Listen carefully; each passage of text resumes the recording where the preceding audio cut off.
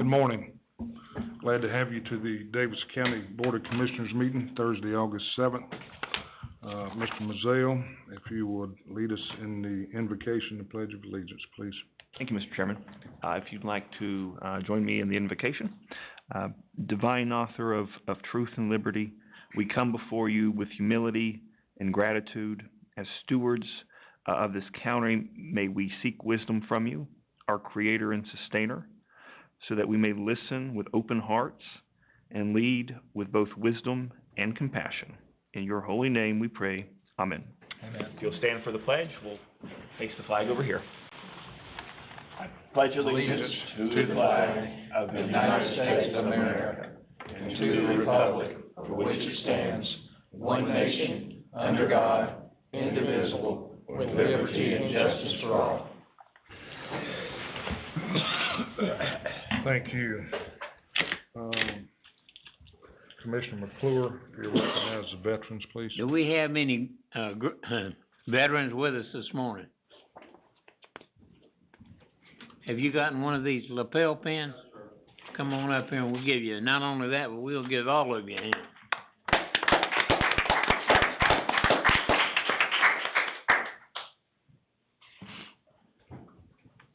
We appreciate your service. Thank you. All right, register for public address. If you hadn't done so, sign up sheets right over here. Adoption of the agenda. Are there any changes to the agenda? No, sir. May I have a motion and a second, please? To adopt. Second. All in favor? Aye. Any opposed? Motion carries. All right, public address sheet. I need a motion to excuse Commissioner Elliott, please. I'll make that motion. His daughter's having surgery this morning. Motion. Second. All in favor? Aye. Any opposed? Thank you. All right, public address sign-up sheet there, Deb. Where's Tim at? Tim, you ought to be sitting up here giving Debbie some help, okay? He likes his seat right back there. Yep. Mike Lyda.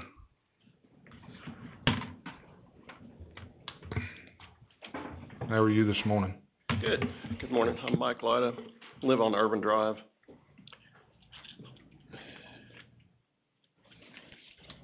All right.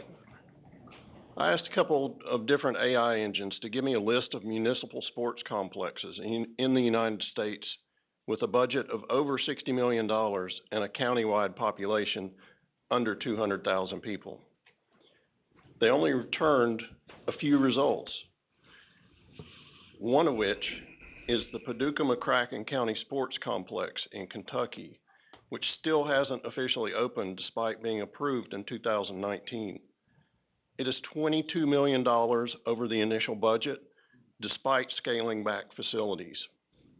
The traffic concerns, the location concerns, the environmental concerns, the infrastructure concerns, the worries about light and noise pollution for this planned sportsplex, they're overshadowed by the fact that this project is an unprecedented gamble using the taxpayer dollars of Davidson County. Thank you. Thank you. Dreama Katie. Good morning. Good morning. I'm Dreama 535 Hickory Point Drive. I just would like to ask who, how, and why did this project come? How was it decided to choose Southmont? Who decided to choose Southmont? And what benefit it's going to give to the Southmont community?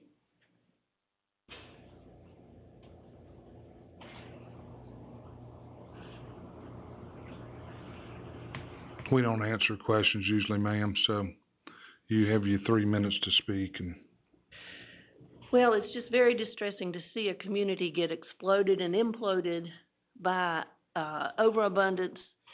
I know there's good terms, good ideas out there, but there's also different locations this thing can be taken to and away from such a small community. with implosion coming along with it, it can be taken out on 85.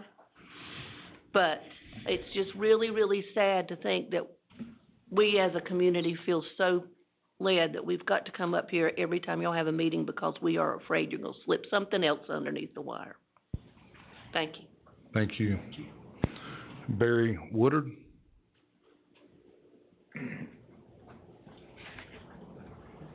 Good morning. Good morning. I'm Barry Woodward. I live at 417 Irvin Drive. And what I'd like to address this morning has a lot to do with the Sportsplex and the money involved in it. What Davidson County needs is on bettering the community, investing in things that are of high priority, critical needs like public safety, better pay, training, and equipment for all our first responders, community needs, and financial feasibility. We've heard from the EMS people, we've heard from the police officers and stuff like that, that they need things above and beyond, above and ahead of what we want or what the county wants. Park renovations and expansions. I've ridden around and looked at some of the parks that are out there. The 9-acre park right there in Southmont is getting overgrown. It's getting dilapidated. One of the ball fields doesn't even have a bench in one of the dugouts, much less a cover over either one of the dugouts. It's deplorable. Why aren't we taking care of what we already have instead of just letting it get overgrown? If you made those places nice places to play, the kids would come. Linwood Southmont, I see them out there occasionally. Rode by there. The American flag and the state flag is in shambles. It's shredded, both of them. We're not taking care of what we already have. Water and sewer line replacements. We've talked a lot about that because part of the funding for this thing is coming from a CIP project that guys have decided they're not going to take care of. Why don't we build our own projects and quit relying on our neighbors, cities and counties to come in and bail us out of that kind of stuff? You want to build infrastructure in this county? You're going to have to start doing some things yourself. Casey Smith, you made the comment, sooner or later, we're going to have to do it ourselves. You want to build up the industry? You want to attract industry to this county? Then you're going to have to start putting the infrastructure in to do so. Technology upgrades. We've heard about requests for better radios for the EMS people. You get in an accident, you want somebody to show up that's got the best equipment and the best training they can get. Believe me, I've been in a few. Improved infrastructure. Maintain, repair, and upgrade essential public assets. Enhance the quality of life for the people of the county. The community needs and improving public services can improve the overall quality of life of residents. We ought to be spending money on stuff that does that, not a trophy that somebody's gonna put on their shelf and say, see what I did. Help communities prepare for future growth. Mr. Lee Crook made the comment in one of the meetings that orderly growth, quote unquote, orderly growth. 3 minutes, sir. We need to do a better job of stewarding of the money in this county. Thank you, sir. All right, 7A, let's move on to the agenda. Item 7A, update on the detention center expansion and renovation design.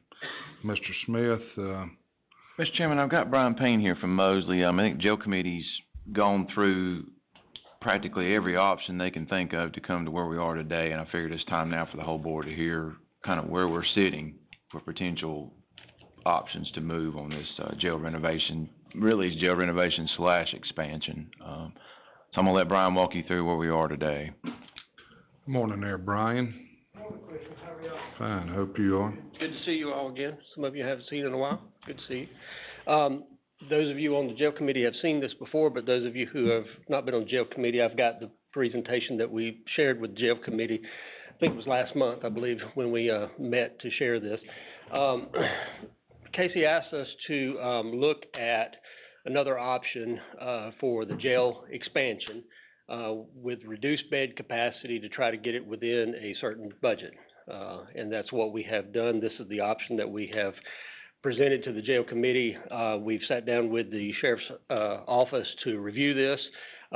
In general, they're on board with the direction. There's a few minor tweaks with the floor plan, but nothing that really expands the square footage proposed here. But I think we are ready to move forward if that's the will of the board on the redesign efforts for this. So let me walk you through what we're proposing here. This is the overall site plan, and the area in blue is what we're proposing as the expansion of the detention center. Basically, it's a two-story expansion. On the first floor is all your core functions, such as your booking and intake, your administrative areas, your kitchen, those type of spaces. Second floor would be housing level. We have 4 housing pods of 47 beds each, which would give you a total of 188 additional beds. We have kind of looked at the site to see how it might expand in the future when the next wave of growth might need to occur. And what I'm showing you there in the gray is a possible future expansion up to 2 stories, possibly more if the need arises at the time, which could add another 200 and some bed or 300 some beds there, if you will. Also, I'll also kind of show you. This is the layout of the current facility. I've kind of color-coded it here to show you the growth over the years. The original building is in the gray there. The blue is the first expansion. The orange is your main jail now as far as your main population for housing, and then the green, there's your current or your recent courthouse expansion there. And so you see how we're connecting, if I can, with it. Yeah. So you see how we're connecting here with a main corridor tying back into the housing area there.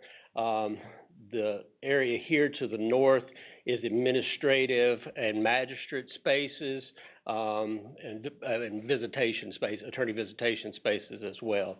Here in the core central area, here's your booking and processing area. We've shown an enclosed vehicle sally port there to the left. Sorry. Actually, yeah, let me go to the first floor plan. It might be a little bit easier to see. And I'm sorry about the fast forwarded there. And then we're showing a kitchen area here on that level as well. What we are proposing as part of this and as part of the cost reduction measure is to renovate some of the older areas of the building for your laundry and your medical needs. That instead of adding square footage for those needs, we're going back into the older facility and taking up portions of the building that will be vacated by moving the function over to the addition here to kind of go back in and renovate those areas for those needs. And then on the second floor here, you see kind of the layout for the housing. Again, 4 pods, 47 beds each, again, connected by that main corridor. 2 control rooms, one here, and kind of the way this is set up is it's a natural expansion this way with a very similar concept for the next wave of expansion, if you will. This is the cost estimate of the project. Again, we're looking at total bricks and mortar and site of about $60 million, and then we'll have some soft costs as far as some redesign fees for us, some testing, permitting fees, those kinds of fees. So golly, I am sorry. I don't know why I keep doing that. I got a quick question for you, So Brian. all in there, 67 The million. females, do they move over to this part now? No, the females would stay in the Stay where older they're at section. now? I think the plan of the sheriff's office Okay. currently, yeah. They stay in the old section? That's my understanding, yes, sir. Okay. So, and then you've got an all-in estimate budget there of about 67 million, which I believe this gets us close to the target of what the county kind of wanted us to bring this back in alignment with. So I think that's all the slides I had. So if there's any questions or anything that I can address, I believe this is the direction that we would request that the county give approval to We probably proceed. have some questions. I got one Certainly. quick question. How much, I can't see those numbers there. What is, the doors for the jail, the 2,000 jail? What does the Yeah, upfit cost? I did fail to mention that. It's about 1.7 million, so part of this would be to go back into that old 2000 section of the jail and replace those old doors. So that's still covered in this project. All right, let's start, Fred, you got any questions? No, none yet. Steve? When doing your projections, has anybody done a study to see what the future of our court system is gonna mandate as far as electronic filings, electronic trials, or this type of thing? Are we looking at increased population or decreased population? I think there was the bed projections that we had done a few years back now did increase, or show a projected increase of inmate population. This covers some of that, but, it doesn't capture that total projected need. Hope that answers your question. Okay, I don't right now. Matt? I think I saw it in our document that I was looking over, but I guess for everybody watching or here in the room, what's the timeline of completion? We have done a preliminary schedule, and I don't think I included it in this. No, I did not, I'm sorry. I should have included that. And basically what we're trying to do is move through this redesign effort as quickly as possible to get us close to back on track and try to get this thing out for bid later in 2026, towards the fourth quarter of 26, is what I believe. I believe that's the schedule I projected, if ever. Have it kind of coming, being ready to use again, was it back So in it would be about a 2-year construction period once the construction starts. To the back end of 28, first part of 29? Yeah, 29, early 29 probably, because you'd have some of the renovated areas that would come after the new construction.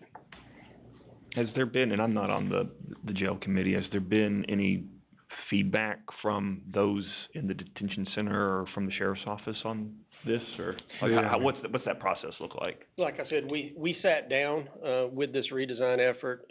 Major Louis is here and can attest to that. We sat down, looked at the concept. The concept was acceptable with some tweaking that needs to occur on the floor plan. Major Louis, or Sheriff, either one. I don't want to put words in y'all's mouth. But and we can address that as the design process moves forward. All right, thank you. I mean, they've been at every meeting, if that answers your question there. The sheriff's department's been at every jail meeting. So they've seen the designs, they've provided feedback. Okay. They part of the jail committee. Tripp, you got any questions? He hit several that I would have had. I don't need to reiterate it. Okay, You don't know. all right, go ahead. There's no, ingress, nothing, can't get in and out of that by this drawing. Do we have artist, position that tells us how to do it? You want me to walk you through how the process of flow in the building works? As far as like the arrestee process or staff? It seemed like when we did the last one, we had a whole lot of changes and upfits for the halls and to get here and there for different people. Yeah, this has somewhat simplified that, by that, defining, circulation corridor. Your public entrance and your magistrate entrance would occur, off of the corner there of State and Second Street. I can't remember the name of that road right now, I apologize. The arrestee process, arresting officers would bring, folks into the enclosed vehicle sally port and out this way, and then they would bring intake in that way, as far as the process goes. Does that make sense, Mr. McClure? That answer you? Kinda, are we gonna get some artist rendering of this? Yes, sir. What it's gonna look like? Yes, sir, as we move, if we're approved to move forward with the design process, we'll do that, yes, sir. When we first started this, we were looking at a lot more money, but we looked at about 4 different plans. Yes, sir. And one of those was off of State Street, and I didn't know whether one of those was like that or not. We haven't gotten that far as how that conceptual rendering would look like, but as we would move forward with the redesign, we would look at that. It is sitting on very similar footprint on the site as far as where that previous rendition occurred. And we would look at that and take cues from that previous, concept that you guys liked and propose something back to you. I think the difference was the Sallyport was on this side, correct? It was, Right. yes. So Looking back to the site plan, a lot of the activity was happening off of, I think it's State Street, if I'm not mistaken, Right. and a lot of that process was happening there. But this simplified approach, really pulls that function happening off of the street there. And I think this is probably a better design because then it leaves the bank property open for any kind of future Yes, development, so. That's right. We don't touch the bank property as part of this project. Right. We don't touch the older portion of the building there by demoing that, vehicle Sallyport that exists today. So that's some of the ways we've been able to reduce the cost of the project. And the public will still come in that front corner, correct? Is that, That's correct. The public entrance is still right here on the corner. At the corner of Second State. State, yeah, same place it was? I take it the building's gonna pretty much still look the same from the front. It'll be close. It'll be a little bit shorter, Right, but it'll be close is the idea. yeah. If we don't do anything with that one-way street down through there, it's gonna be very difficult to get to any kind of parking in there at all. Well, actually, this would probably, well, it'd be the same for the parking. I guess everybody used the parking deck.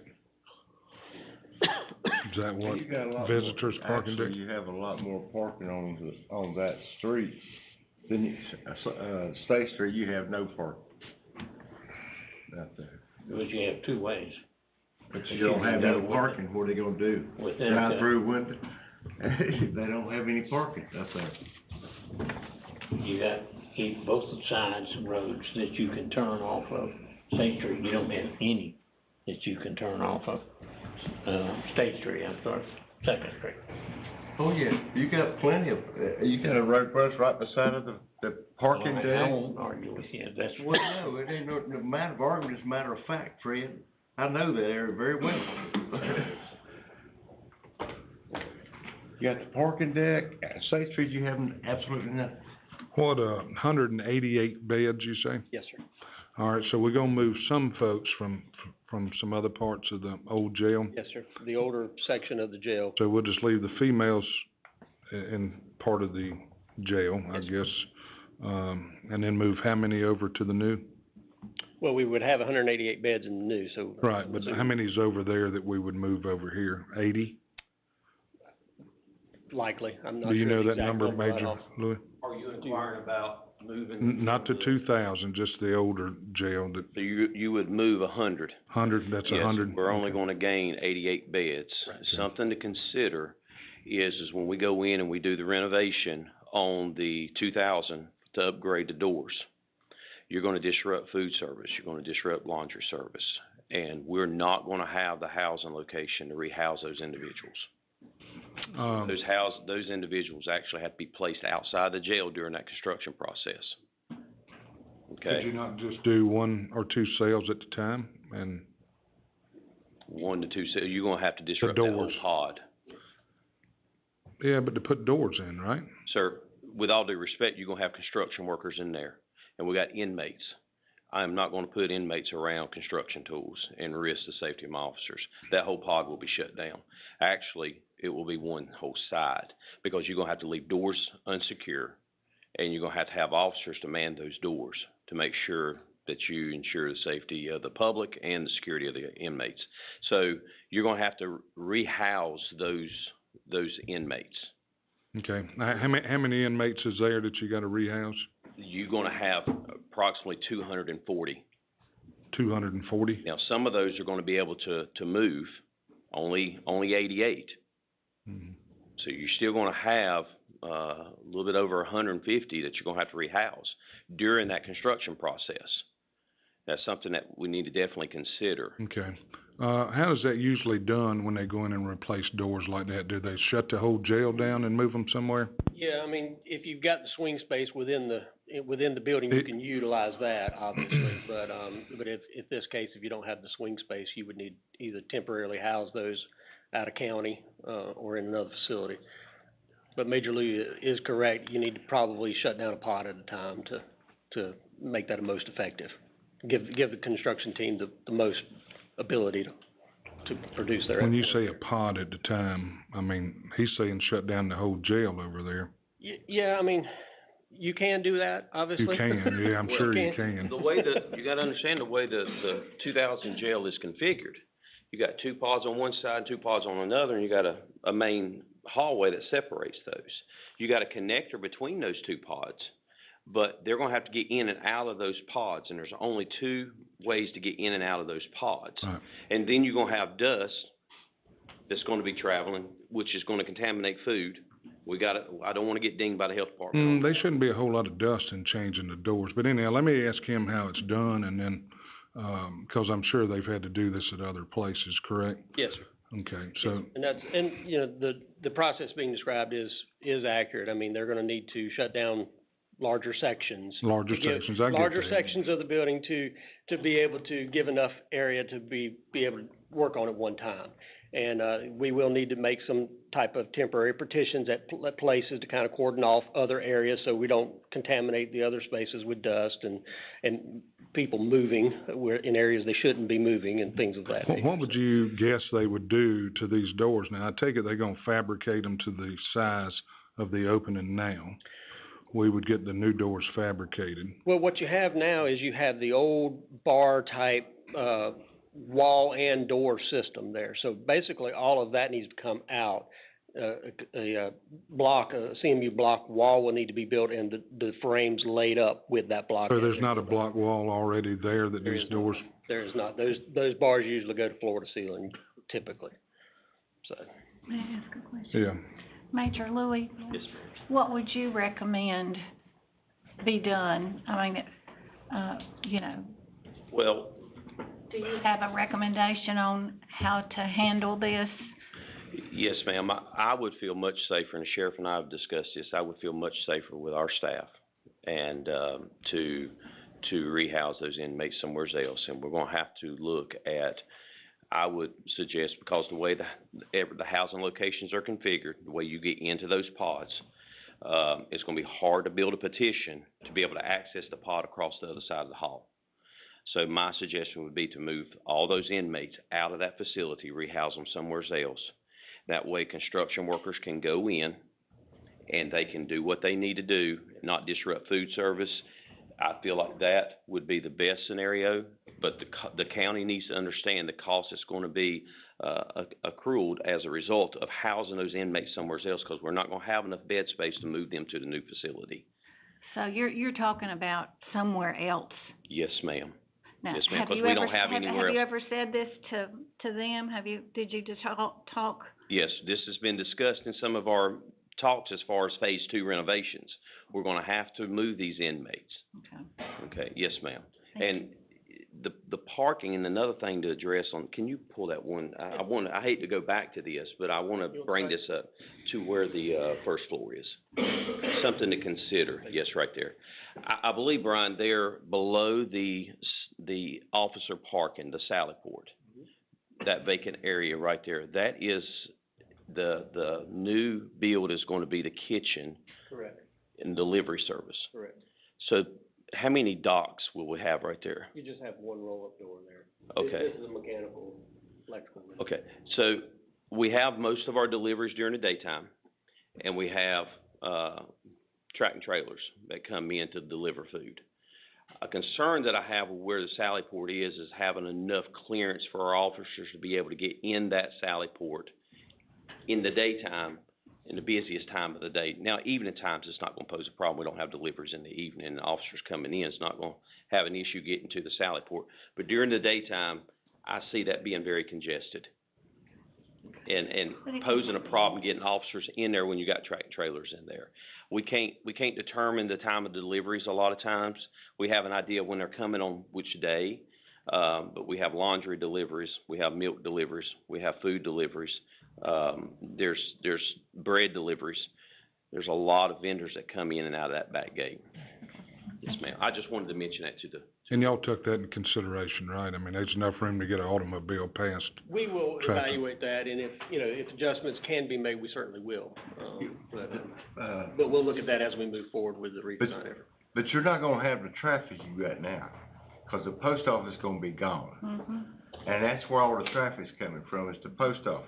Yes, You're sir. not gonna have that traffic now, once Yes. that post office is gone. So that's gonna bring it down some of the problems that you're gonna have to deal with. Yeah, That's all I'm not saying. speaking about the traffic at the post office. I understand it's not gonna be an issue, cause What- it's gonna what- be moved. What would cause the congestion? Because of the officers bringing inmates in, we're gonna have writs going in and out, other detention centers coming to pick up inmates. But you have that now in a very, limited space now. That's correct. And it doesn't work too well for you, I know that. That's correct. I don't want what we have now with Right. this new bill, cause if Right. so, we've not accomplished much. Right. I'm looking for looking out for future generations, Commissioner. Yeah. Long after I'm gone and you're gone, you know, we're all gone. I gotta look at my children's generation that's gonna be manning this facility. Yeah. You've got court personnel that's gonna be increased. Right now, we don't have enough parking on the first level of the parking deck for the court personnel. They're having to park up on the second level. Mhm. Commissioner Kester understands on Superior Court days, you're looking at having 500 on the docket. Now, with Enterprise Justice coming, Gary Frank has advised that they're gonna have to scale some of those docket sizes down. I get that. But we were talking about future. What are we looking at in the future as far as court expansions? We've got court personnel parking on, the street that runs along the side of the parking deck, because there is not enough parking in that parking deck. So we definitely need to consider the parking there, because it's gonna be a problem. It's gonna be very congested. My suggestion would be to block off that street from the parking deck up from the public. And so, only court personnel or law enforcement emergency vehicles can access from the parking deck up to State Street. That would prevent a lot of through traffic there from the public, and it would turn that traffic going back toward the cemetery. Mhm. Major, I got a quick question. Yes, sir. Going back to the inmates that would need to be relocated during the upfitting of the doors, what's the idea of how many inmates that would have to be moved to accomplish that? Approximately 200. Okay, so basically, if you're having to relocate 200 guys, do you have an idea what the cost per inmate and how much time they would be rehoused, to give us an idea of what that extra cost would be? That's a good question. It's gonna be dependent on the county that is willing to receive them. Right. Every county is facing shortages just like we are, and they don't wanna absorb additional inmates. That could be a potential It problem could be right there. anywhere from $60 to $120 an inmate. It would be my guess, and I know that's pretty broad. Right. But Just that's give us a ballpark. guess. Yes, so there is gonna be a lot of money it's gonna, be received or accrued as a result of housing these inmates somewhere An else. idea how many days each phase of that will take? I think that's gonna be a Estimate? question for him. It's really gonna depend on if you can give them the whole thing at one time, or if it's gonna be by pod at one time. It just depends on, how that works out as far as the ability of the county to depopulate those areas. Right. That's what it boils down to. Is there a way that y'all could come up with an Yeah. idea? That way it gives us a total picture Yep. of what we're looking at doing it that way, how much extra cost is gonna be on top of what that figure you just showed Yeah, we'll be us. glad to look at that and work through those scenarios, of what we think could and could not be achieved. We'll work with the sheriff's office to review that and, Yes, sir. see if how best we can minimize the impact to the county. I got a question for you, Brian. This is the first time I've heard about moving inmates out of the old facility. We've been working on this now for a couple of years. So why is this the first time we've heard that the inmates have to be moved? Well, if you recall, the last option, you had a lot more beds than this scenario, which gave you a lot more swing space to be able to depopulate certain pods and move them into that new addition. You're dealing with fewer beds with this scenario. So we need to build another 200 beds just so we can move somebody over temporarily? That's Is that- obviously a solution, but At may not be the most cost. $385,000 a bed? Yeah. That's what one of these beds costs, so y'all just keep that in mind, $385,000 a So, you know, piece. the goal of this was to pull the project back within a certain budget that the county felt like they could have, and this is where we're going with that. And again, I thought that, with the discussions that had occurred with the sheriff's department and y'all, yes, pretty much agreed that this is okay. I don't wanna speak for the sheriff, but we have been very clear with our position, this is not enough beds. Okay, I'll reiterate that. I said that at a facilities meeting not too long ago. This is not enough beds. And we have got to consider the future. And if you're going to look at accruing costs to rehouse inmates, instead of paying another county that cost, I would rather see us increase our bed size on the new jail build so we can move those inmates without any additional cost to the county or actually giving that money to somewhere else and use it here. You're gonna have to move these inmates out of the facility. I've looked at this and I've studied and I've walked those halls a lot, Commissioner Watford, and I've tried to brainstorm as far as how can we petition this to save the county money, to secure the inmates and for the safety of our officers. It's not gonna be feasible to keep those inmates there. So are we saying that this time we need to build $100 million jail? I'm saying I support the first jail proposal build. Okay. That's what we suggested. That's where we stand. The sheriff and I have talked about this, and that's where our position is. I understand that our positions are different. We'll differ here. However, we've been very clear this is not enough beds for us. But ultimately, the jail's not mine, it's y'all's. We just run it for you. I mean, we're just trying to give you the best advice we possibly can as runners of the business. I appreciate that. And that's what we're gonna do. And that's our suggestion. Well, We'll do whatever y'all say. and again, we've offered our position as well as stewards of the county's money. You know, I know. It just got more expensive as it went on down the road, and now it is what it is. That was not our, and that was And we out of our can't- hands. We can't control. Nobody can change 2000, that's when everything doubled just about in price. Yeah. I got a question for Brian. Brian, I mean, I'd really like to hear from you, and I hear what he says about the safety of the officers and the contamination of food, but I've done on major expansions on hospitals, and they work right there with people 2 rooms in, okay? So there's no contamination of food, there's no, I mean, so there's gotta be a way to do that thing in sections like they do hospitals. I feel like it needs more study, Commissioner Yates, to be honest with you. I feel like we need to take a very hard look at that to see if it's feasible. I'm like you, I feel like there's gotta be a way, I just don't know how to do it yet, and I don't have a good answer for you until I study it closer. Because I've seen some major expansions happen while everything happens, and I get it, they're inmates and there's detention officers, but again, there's gotta be ways to do it. Yeah. You're talking about dust, I mean, that can be contaminated or consolidated to one area, that's easy enough. You won't, it's a balance of things like construction worker safety, officer safety, inmate safety. So we've got to take all that into account and really take a deep dive and look at that a little closer. I mean, we can build secure walls in there if we have to, Now that we don't have the luxury of that extra beds to do the swing space, we really got to look at that as part of this redesign effort. Right. That's about right. Okay. One question if you're through, I'm sorry. Yeah, go ahead. I don't think we ever got an answer as to how long it will take to change these doors over. How long we're looking at in construction projects and those inmates being, if we have to move them, being out of the facility. I feel like just off the top of my head, just if you move them all out, I think you're maybe 6 months, maybe. If you factor in, I know it's gonna cost at least probably $50 a day per inmate. If you factor in the cost, and I think Major Louis does have a point when he says we need to look at that cost as far as adding other beds, so I think that needs to be included in your study. Approximately, what are we looking at the difference there? I mean, you're probably looking at 160 people, that's what I figured. 6 months, yeah. 240 minus 88, so it'd be 160 or less at $50 a day. But now we have cost here too, that we incur. I mean, they don't stay here for free, and I think Casey's done that number as well. Yeah, I think I'd be interested to see what the cost of that number is.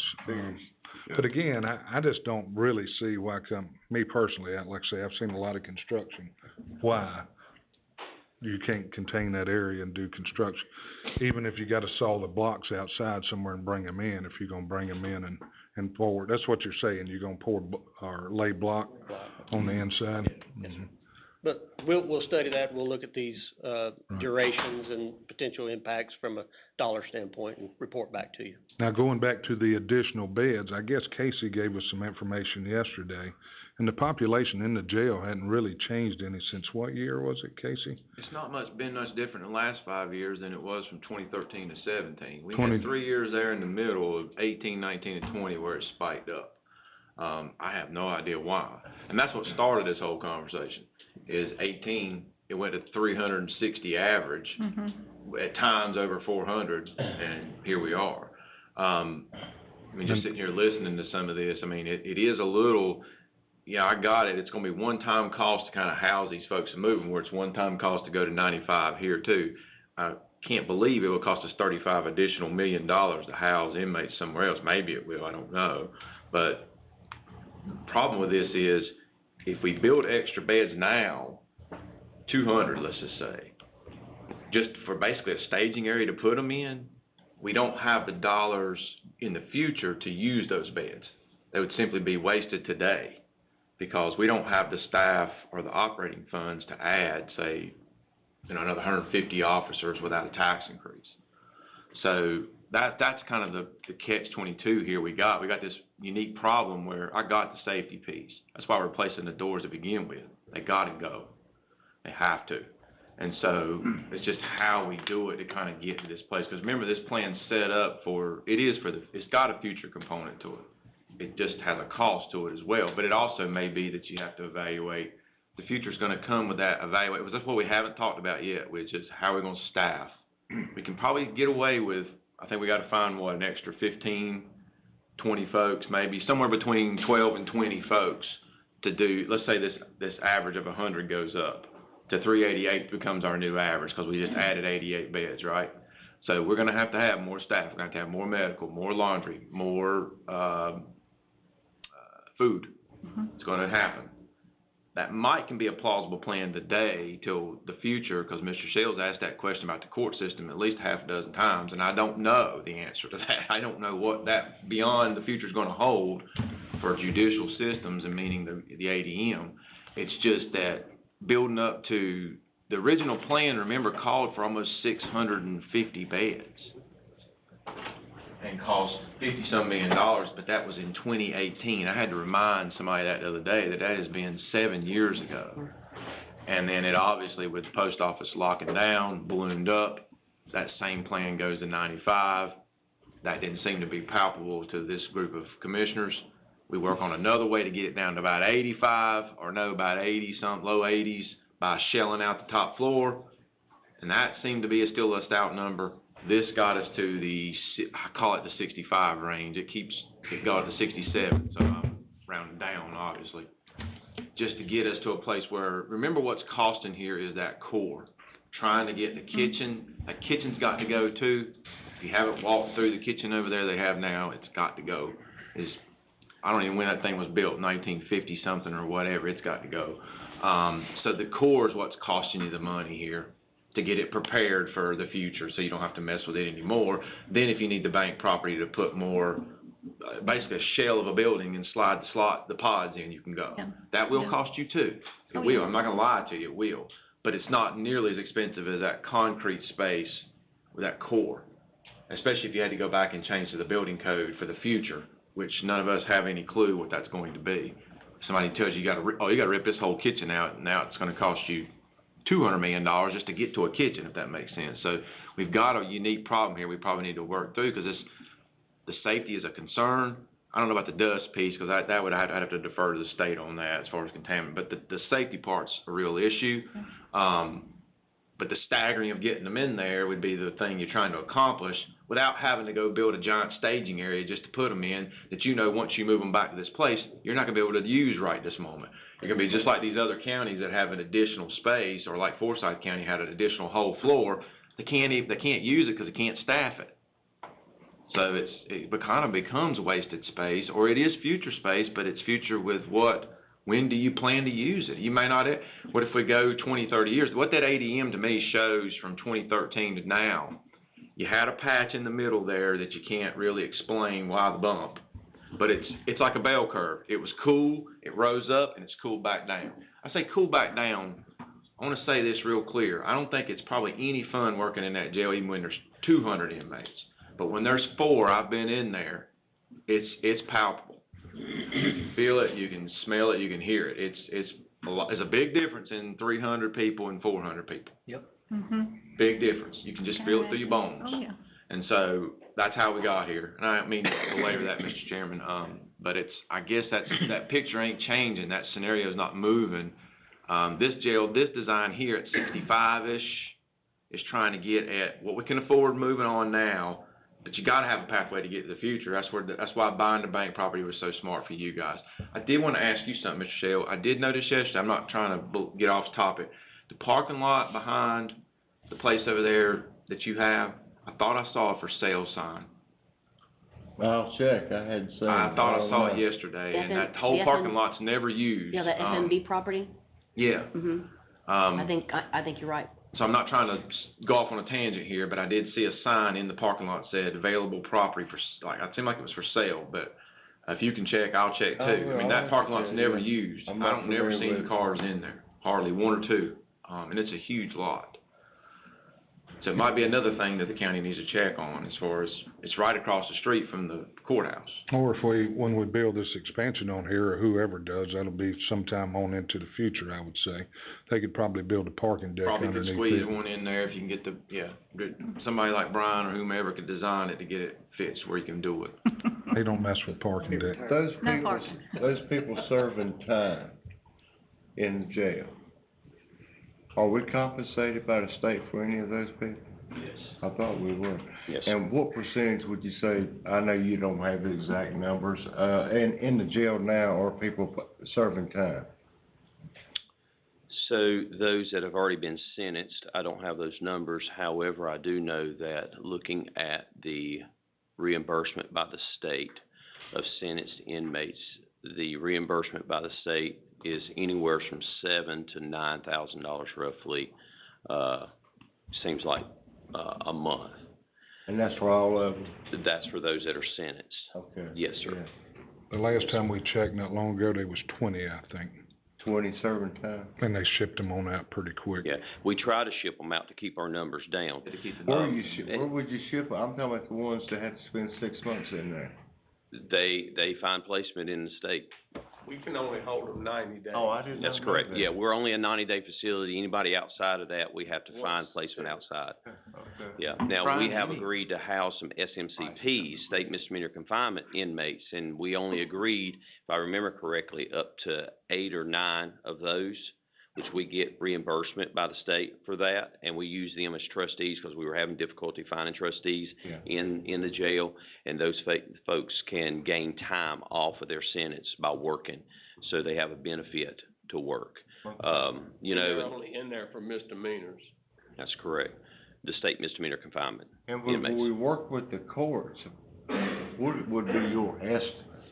I'm sorry? If they get the courts to work with you, because you're victims, you don't have the right to release a person without proper process, or take a person in without proper process.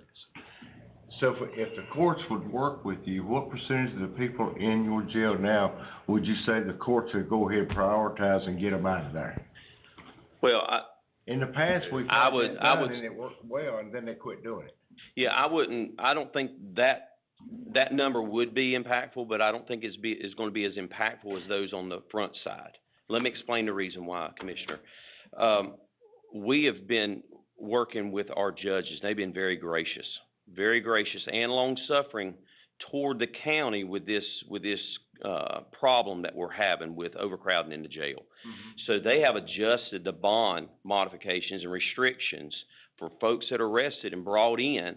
They've had to increase or even decrease those bond amounts to say, okay, they're going to get a $5,000 unsecured bond when 5 years ago they would have gotten a $5,000 secure bond. And so they have helped us keep our numbers down. If we get a Superior Court judge that says these folks need to be in jail, then you're gonna see those numbers go up, and it's gonna be overnight. And, they can only send it so many and then get them out, and then we wait on state. I'm not saying that number's not impactful, because it is. However, what I look at is on the front side, because we house pretrial detainees primarily till they make bond. And if we have a Superior Court judge that says, we're no longer going to work with the county and be patient on the county to get these criminals off the street and sentence people in court that need to be in jail, we're going to be hurting. And right now, honestly, I don't know why the courts have been as gracious as they have to us. Because I believe it's because of the working relationship that we have with them, and they understand our pain. I've taken Superior Court Judge Hamilton into our jail, showed her, and others, and said, this is what we're up against. We need your help. Gary Frank's been great to work with to help getting inmates out. Judge Hamilton's been great. Judge Terry, all these other judges. But there's going to come a day, I believe, that judges will say, our crime needs to be reduced out in the county, and the only way to do that is to put them in jail. And I guess the question we really have to look at is this: how safe do we want our community to be? Because as a sheriff's office, we arrest the same people that should be in jail, but we can't put them in jail because we don't have beds, or where there's overcrowding, there's shortages. So the question really needs to be asked, in my opinion, and I know there's money involved, I get that, but when you're looking at keeping the community safe, when you have more beds to house individuals, you're going to keep people safe because they're off the streets. A bond does two things, as you are aware of, Commissioner. It ensures the defendant's presence in court and keeps the community safe. Okay? We've got people walking our streets right now that need to be behind bars. But the judges have said, we can't do that to our detention center. Okay? So I don't know how much longer they're going to be gracious to us. It could be 10 years. So back to Casey Smith's comment, and I agree, it seems like wasted space now, but it's not wasted space in the future. Once you have that space, you have that space. We can use that space for training. Our detention officers we don't have adequate training cells now to do in-house training because of the population. So we have to do a makeshift cell somewhere that's not even really practical. So we can do training. I went to Forsyth County. They've got a floor there where they can go in and do ERT training uninterrupted, and do that for eight hours a day. Bring other detention officers in to train with them in case we have a ride through two pods, and we got to call other agencies in to help. We've worked together. We know how to go in, but we don't have that space right now. I would love to see us grow into a building shortly and not even have to have the staff to man those cells because we don't have anybody in them, and add the staff as we go, but we've got the cells. We can grow into it. That's doing the generation coming behind us a huge favor. Instead of kicking the can down the road, we're doing them a favor, a great favor, and we're keeping our community safe. That's what's important. All right, is that good with you? Yeah. I need a All question. Go ahead. Commissioner Watford brought this up about what the people at the jail thought the plan ought to be. Do you have a plan? A plan? Yeah, to say, with the amount of people that you're gonna need, how is that gonna be laid out? I think, we bring people in to train. They want to work here. We're doing our best to get people to come here now, and we do a pretty decent job at it. We've had a good week this week, but we're constantly recruiting, and that's what we'll continue to do. Just to reiterate on what Major Louis said, it's been a management since I come into office of trying to work this out. We keep the ones that need to be behind bars, we keep them behind bars.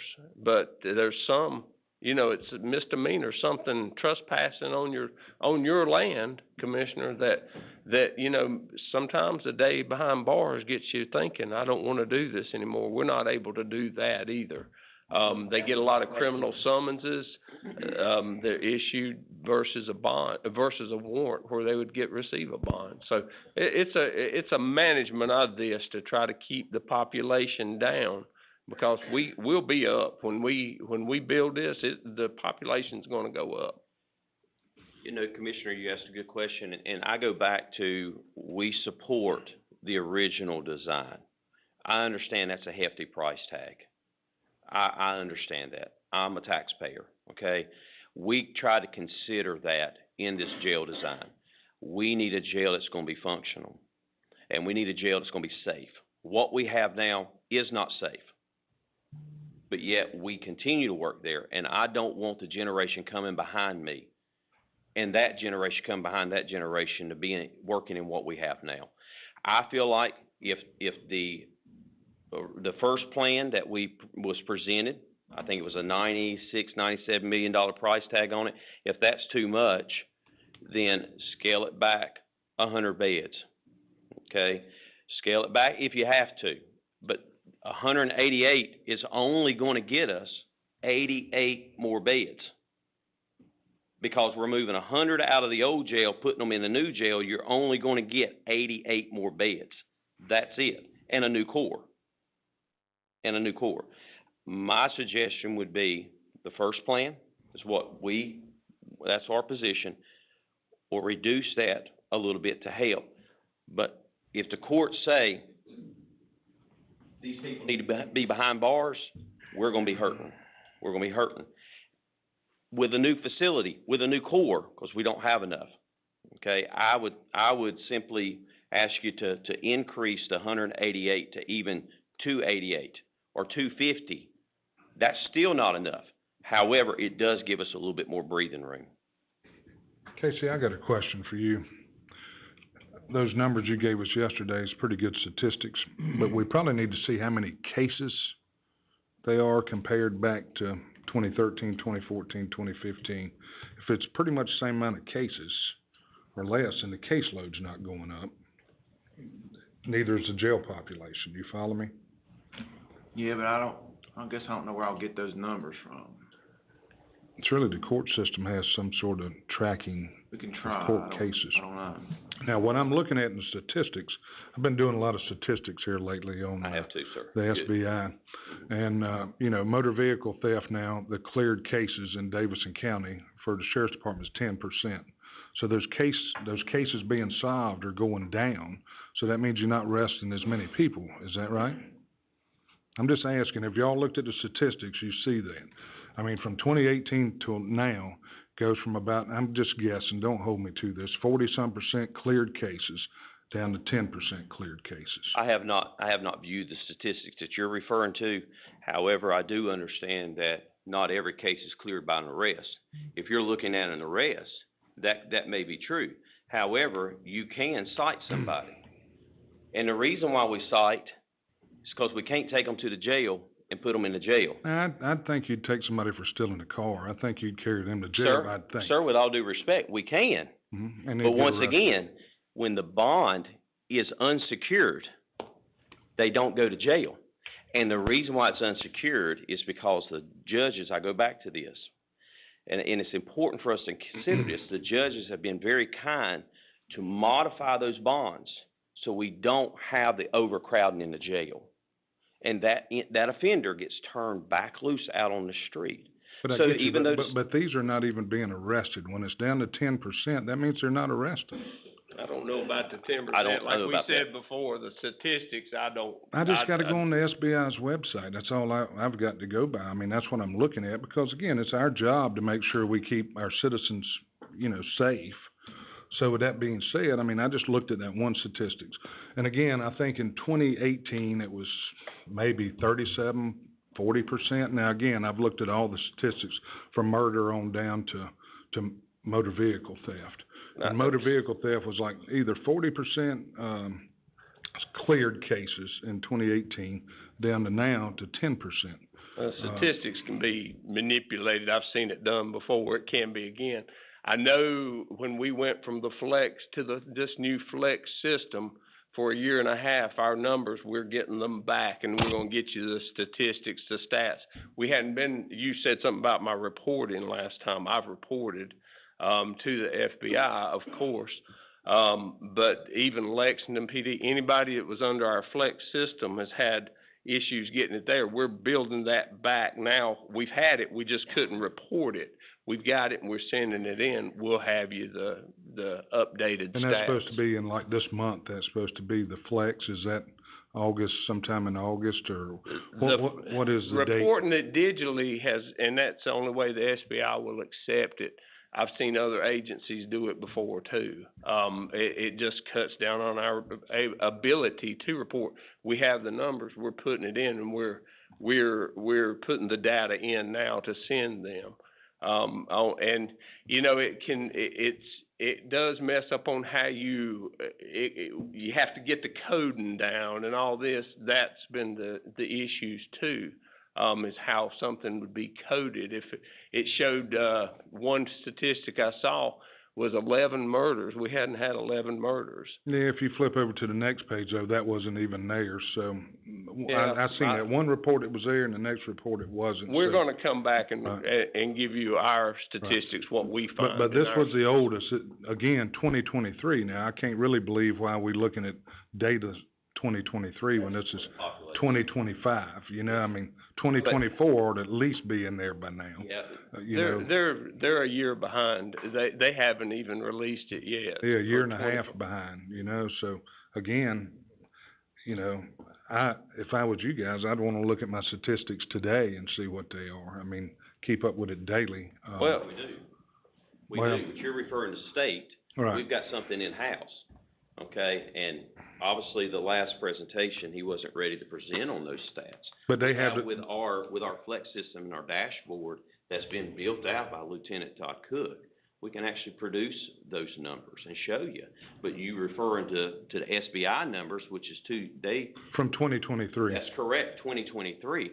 Well, we went to the flex system in May of 2023, if I remember correctly.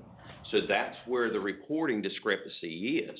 We still have that data within our in-house system, the flex system. But when you're referring to the SBI stats, it's gonna be different than what we have in-house. So you got that data today? We have that data in the flex system. But as I'm far saying, as so how you- many right. I'll speak for just like the jail and the civil, as far as processes received, processes served. On the criminal side, calls received, calls answered, cleared, those kind of stats are present in that flex system. It's just extracting that data out. Right, but I guess I'm asking the sheriff, so you have that data today that shows the motor vehicle, thefts? We're reporting it we're getting it to the SBI as well, so if you Can wanna you go share there- that with Casey and, I don't have it here on me, I mean, but yes, we can get that. okay, if you can share that with. Chairman, can I just say Okay. one thing about Go two ahead. things, watching this conversation? One, Major Louis, make sure, the goal of the database is, well, first of all, we brought this up in 2022, so that's before flex system and the clearance rates were still not where they need to be. We had a meeting in here at a retreat one time, and we had another major walk up to this podium and just say out loud on camera, we don't deal with property crimes. So, and that can go be looked up at a meeting. So that was before flex, and it still wasn't that. So I don't know about how we reconcile that. But the goal of these databases is not for you to have independent numbers for you to look at. It's to compare to everybody else. So if you're pulling something, make sure you're pulling something that I can go look at Alamance or I can go look at whomever and say, this is apples to apples, pound for pound. Oh, yeah, and that's what we're gonna give, but That's you why I gotta like putting prepare it us in that when- database. The Well, second, we were coming to talk about pay, y'all were coming to talk about stats, and, you know, you're not gonna make us look bad. I mean, we're a good agency, But if I was and we're gonna. if I was coming for pay, I'd bring those stats. That's what I would do. If I was the sheriff and I was coming for more pay, I'd bring my stats and go, look what I done here. Look how good we done here. I mean, that would have been part of my battle. Or Okay. that would have been part, that's but what it was all kind of tied together in the sense of, Okay. you've got, I mean, I think I shared with them yesterday, you guys' budget over the last, since 2015 is growing at twice the speed of the county. So it's 2 to 1. Well, public safety is Y'all very are growing important at to the people 7%, out the here. county's growing at 3.5. Public safety should be number one. It'll get businesses, it gets people to come, and they wanna live in this county. Things are happening here because people do feel safe, and the cost of doing business gets more expensive. It does. It does for anybody. I mean, if we wanna go percentages on increases, we can go there, you know, throughout the county. But as you know, as technology costs, as jails cost, everything costs more. I don't think we're that much out of sync for the safety of the people. I think people would believe in it, and I think they do. Well, I think what's gonna have to be the battle, Sheriff, in the future is, if the tax rate's gonna be the goal, the standard with which you're gonna have to these folks or any folks in these seats are gonna have to contend with, it won't be possible to do all those things and deal with, say, Medicaid issues that the federal government are gonna put on DSS, or schools, when you're gonna fund those things, or if you're gonna take on new debt. A gentleman got up earlier this morning and spoke and said, you know, we need to be doing more things with our own parks or with our schools, et cetera. That's where the issues are gonna come in the future. The federal government is sooner or later gonna cut interest rates. It's going to happen. And so any over-realized revenues that we have, part of what we're gonna be able to do to fund this is, you know, if this is only gonna take, say, 15 officers, counting the meals, counting the medical, I'm just ballparking, $2 million. That's 2 cents on the property tax. Well, but I'm not planning on bringing a tax increase. Just so everybody knows, that's 2 you know, cents to anybody on the to do property that. Now, if we got up in the range of 100 people or whatever, obviously I can't do all that much. But I've got to battle that with keeping the rest of the county pay raises going, insurance claims or whatever, you know, school funding, et cetera, if the rules coming from any folks in these seats are, it's got to be at the tax rate we're sitting at that moment in time. I say at the moment in time because in the reval's coming, it may not be 54 cents anymore. One last comment on the safety part. Just so everybody understands that it may not be 54 cents anymore. It may be 39 cents. If we go back, revenue equal, that means we bring in the same amount of money, just a lower tax. Right. That's why I said it could be a different rate. So it may be 39 cents or 35 or whatever, but that don't mean we're bringing in any more money. We're not bringing in any more money if we just go revenue neutral. One last quick observation on the safety piece, is, you know, I got it about the jail beds, and again, I don't mean to imply that space. Yeah, you could use it for training. I mean more for the staffing piece of it. That's what's gonna be the challenge going forward. The labor market's gonna be tough in y'all's line of work. I have a feeling from now on, it's gonna be the battle of the, you know, well, public safety in general. We're gonna have a conversation, I think, at the September Thursday meeting about EMS coming up next, you know, because it's just hit the problem areas. But I will point out, though, if the safety is the issue and you build more beds, the inverse of that can be looked at as well. The judges are being nice, basically, let's just call it that, to help it. They're setting criminals free out in society, so would that imply that they don't care about safety on their own citizens? That's not the way to look. So that inverse of that could be looked at as well. No, I don't think we're saying that at all. They're just working with us and managing with us to take the less of the evils out. You know, and like I said before, just maybe a trespassing warrant versus a trespassing criminal summons. You know, sometimes that's a minor charge, but it would have a bond with it as a warrant. Some people need to go and see what it's like to go through that. We can't afford to have even that misdemeanor. You know, we have to keep the worst of the worst behind bars, and that's what we try to do is manage it. But that's what we have to do. We have no more jail space. You have, when you arrest someone, you bring up an interesting point, Casey. When you arrest someone, you bring them before a magistrate. They are going to be looking at several factors. They're going to be looking at their previous convictions or previous charges. Are they out on bond? Is this a pretrial release violation? If so, then they're going to jack up the bond again. Once again, a bond will ensure the safety of the public and ensure the presence or the offender's presence in court. If they give them an unsecured bond, they're still giving them a bond and still satisfying the statute and still satisfying their obligation and their oath as a judge. Okay? Right. So whether it's an unsecured or secure bond, my point is there needs to be more secure bonds given, but there's not available bed space to give secure bonds. So they have to give an unsecured bond. Still a bond is No, I got the given. point, but my point was, the Let me judges finish, wouldn't please. One take, wait a second, minute, the please. judges are not gonna take the Sir. opposite point of view and say, well, I'm gonna turn these folks that seem to be deemed as societal folks that need to be in jail and turn them loose on society. That was my point. So, you know, I don't know about, you know, sometimes in here, a lot of things get said that I don't know we're trying to solve, we went from trying to solve a staggering of folks into this door problem to the entire philosophical realm of this issue. And so this problem, this jail has been talked about now for 7 years. And I mean, I'm agreeing with you, Major Louis, those doors have got to go. When I come by there, I don't even know, it's 8 months, 9 months ago, I mean, and then saw them, they've got to go. I'm with you on that. I mean, I'm trying to get a federal grant to get them done. But I don't, you know, we got to figure out maybe how to stagger this unless the board's willing to go up to the $95 million proposition. And if y'all are, we'll make that happen. It will be some trade-offs. It may mean some things, other things we can't do. I don't know what that'll be. Before I was interrupted, let me say this. I think it goes back, and even you've mentioned this, Casey. It goes back to priorities. Okay? Priorities is what's going to drive the finances. Okay? We've got to make this jail, I think we all agree we need a new jail. The size of the jail is what we have to determine. And we have to make it a priority to consider the fact that the county's only growing. From 2013 to 2025, we've grown over 14,000 people based on the statistics that I've seen. Okay? So we're not getting smaller. Crime is not coming down in the sense as far as there's no more criminals being born or doing criminal activity. We see that increase throughout the United States. Okay? So we've got to see that there's always going to be criminal activity. Regardless if Sheriff Simmons is the sheriff or I'm the major of jail or if you're sitting in those seats, we've got to figure out what the priority is. And I think the priority here is we got to have more bed space.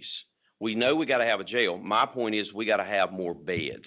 I don't think we got enough beds. And so it goes back to what is going to be your priority. And y'all have an awesome responsibility on your shoulders. Okay, I understand that. I respect the job that you do. However, I know you've got to consider, as Casey's already said, EMS, education, DSS. There's a lot of things y'all got to consider.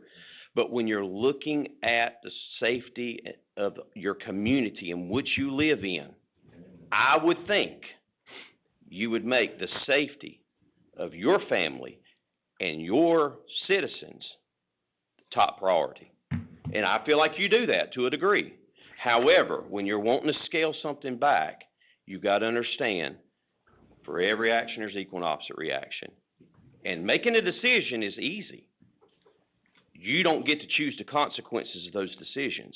I'm here to give you a professional position and opinion of what I feel like being in that jail every day, seeing those detention officers, seeing the inmates come in, seeing the type of inmate that's coming in now. We're dealing with more mental health issues we've ever dealt with. Our facility is not equipped with that. It's not equipped to deal with those issues. There's a reason why we need a medical unit to where we have an officer staged there at all times while people are detoxing. Okay? It's things that I look at. So I ask you to make the safety of our officers and our community a priority, because it goes back to priority. That's my position. I'm not saying you're not considering us, because you have. I just ask you need to consider more, okay? And that's what our position is. And we've made, the priorities, the courthouse was the same time we were thinking about building the jail. The courthouse went on. The price of that went up.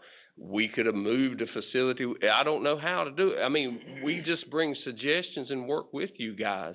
But that was 7 years ago, and now, there's other things that are priority in the county. The sports complex is a high priority here for y'all, for some of you. But there's a priority, you know, what's gonna cause, you know, what is the taxes? What causes it to go up? What, this and that? I mean, there's all kinds of priorities, but it's like Major Louis said, it's all about the priorities. What is a priority to us? And we're just bringing our suggestions, and it seems like it gets kicked over here. I come about trying to staff, you know, I did. I don't, you know, it seems like we're not working together. We're trying to work against each other, and I'm ready to start working together if we can. Sheriff, I hate to hear you say that, because since 2018 till now, we've increased your budget $13 million at the sheriff's office. So I hate to hear you say that we haven't worked with you, okay? $13 million, that's 13 cents in the property tax, and we still hadn't went up on the property tax. Again, our property tax brings in about 1 penny, brings in $1 million.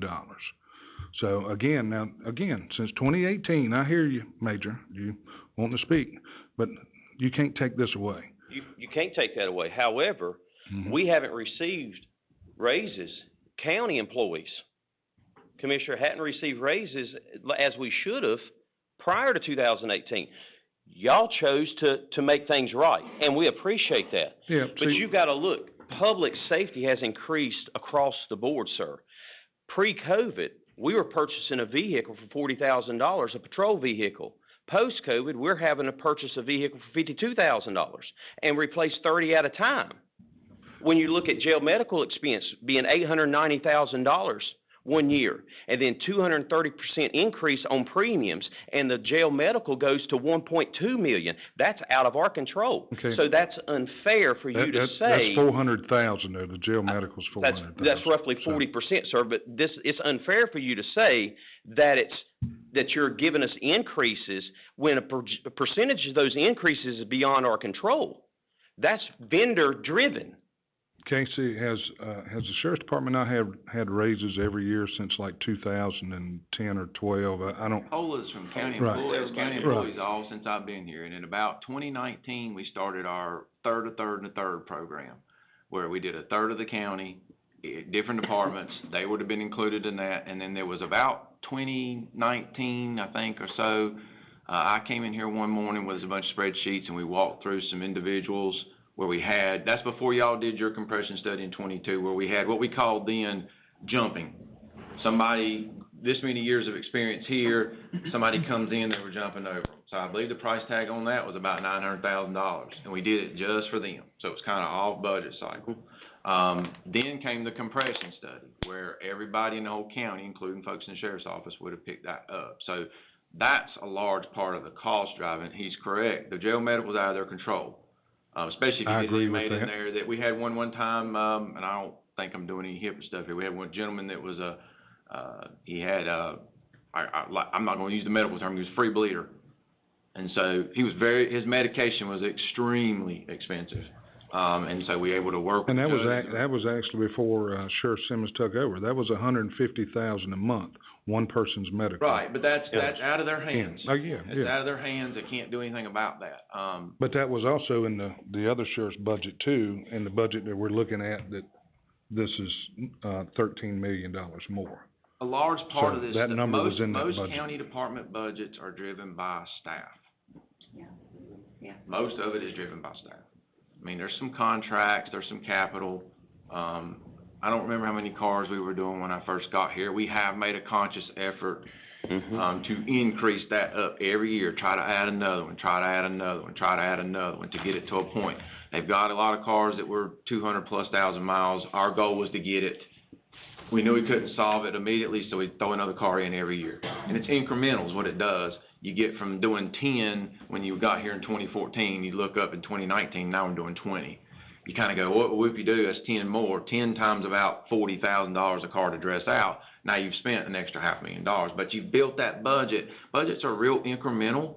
Once you balance one like this, and then that becomes your starting point for next year, you're kind of just like, you're trying to see, okay, unless we're going to cut something out, the priority piece, unless you're going to cut it out, we're going to move by this much more, right? We know we're going to do raises. We know insurance may go up this much. The standard things come into play like all businesses have to deal with. So it becomes the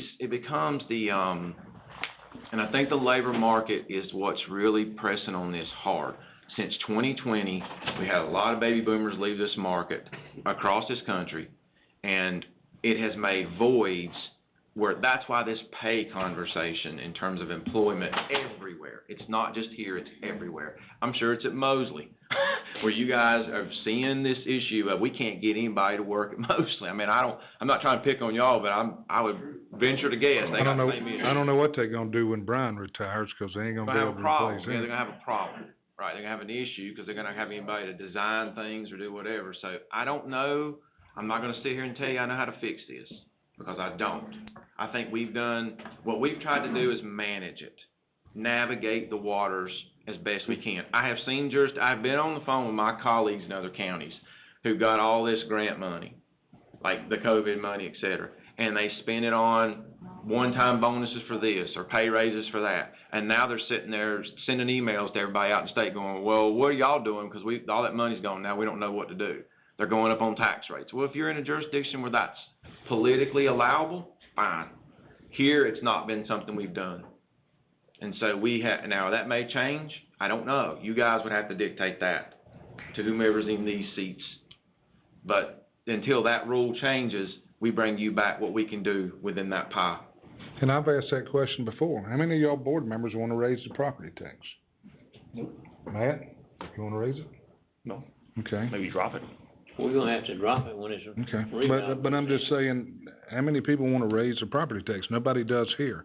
And again, we know you need a new jail, okay? We're willing to spend $65 million. If you need another, if I won't be here and some of these other board members won't, if somebody needs 100 more beds 10 years down the road, or 5, they can build them. They can spend that $25 million now. And I don't know if Major Louis and them were here during that meeting. There was that in-between option for 82 million-ish, if I remember right, where you build the 650, but you just shell out the top of it. In other words, you don't put the pods in, but you have the building there. You have it built. So your 65 to 82. I think that's basically, I think that was your in-between option, between that and 95. You had the ability. Now, that wouldn't solve the staging problem. Well, the staging problem is $1.5 million. I just done those pods numbers. aren't there. So. You just got the building. Mm-hmm. So you're still in that future phrase, you know what I mean? But it's sitting on site. You just call, get the pods, and choop, choop, choop, and go. And I think it had one less control area too, or something like that. Instead of having 2 on each side, it got to this more like this plan. Right. But again, I don't know that that's any cheaper than them expanding on later on the side where the bank's at. Would it be much cheaper, Brian, just to let somebody deal with that later on the bank side? I think your cost is there. Your brick and mortar, but you understand what I'm saying. I don't think the cost is that much because you're going to be up there. So that means bigger footings and more support, or you can build it out to the side when they need it. The price would probably equal out. Now, again, that's whether it's 10 years down the road or now, but they're going to be buying the pods 10 years down the road, right. too. Well, another interesting point here, and this all goes back to this labor market conversation. When we started this conversation in 2018, we would have had no problem picking up the phone and moving inmates to somebody. We are going to have that problem now because nobody's got any staff to deal with it. So that is a real issue if we have to move people. If you got to move 5 or 6, I don't know. 200, probably. But that's a different. It's 160. The real number is 160. If you take 240, right? For round numbers. But that's still a lot. That variable was not a problem 7 years ago. It wasn't this got introduced into the equation now because of where everybody's sitting. So I don't know, and I don't know. Have you guys seen when you do these doors about how long it takes? I mean, give or take. When Brian was talking to y'all earlier, I contacted a detention equipment contractor that does the majority of the work in North Carolina. He said it's 6 to 8 weeks to get the doors ordered, and probably 6 months of installation time. What I told Brian, you're gonna do these doors. I'd get them to come in and measure, get everything, and order those doors, sooner than later, so you just save 6 to 8 weeks of waiting on them to get here. Yeah. So then when you get here, you're not looking at probably a full 6 months, you're probably looking at 5 months or 4.5. So that saves some time. Major Louis is right, the security issue, the dust factor, that's nothing. That's what you see taken care of in hospitals. they can put a divider in to keep that.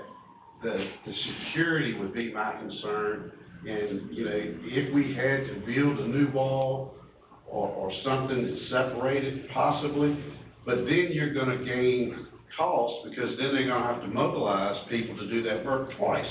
Well, but I got a question for you. I just done the math. 160 folks, 6 months, somewhere else at $50 a head's $1.5 million. You can build some walls for $1.5 million and save a lot of trouble of moving people. Am I correct in that statement? We still. And probably less, okay? Still have to move people in that fine But they will go to our new jail when it's built. I don't think you You would. say you're gonna build it. Spread them out. Yeah, you'd have to spread them out all over the place. And But- I'm working with Vance County, that the state put them under an order to reduce their jail population to 20. And I've been trying to help them find places. They've got them from Cherokee to Wayne. And so that's another cost of transporting inmates back and forth, so. Well, That's a tough that's right. headache. But like I say, if you build the wall, then that keeps from transporting them, it keeps from moving them.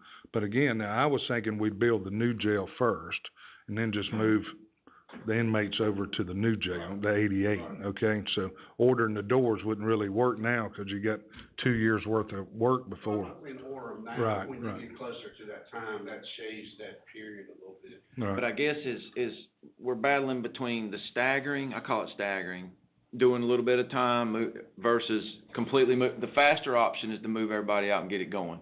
That's obviously more efficient in terms of, it costs, but it could get it done quicker. Is the staggering completely out? Billy, is there no way, I mean, is that not an option at all? You could potentially stagger, yes. All right, you know what I mean? by like Yes, piece. I understand what you're saying. If we have the personnel, when you are sitting at a 20% reduction in staff, I don't have the people.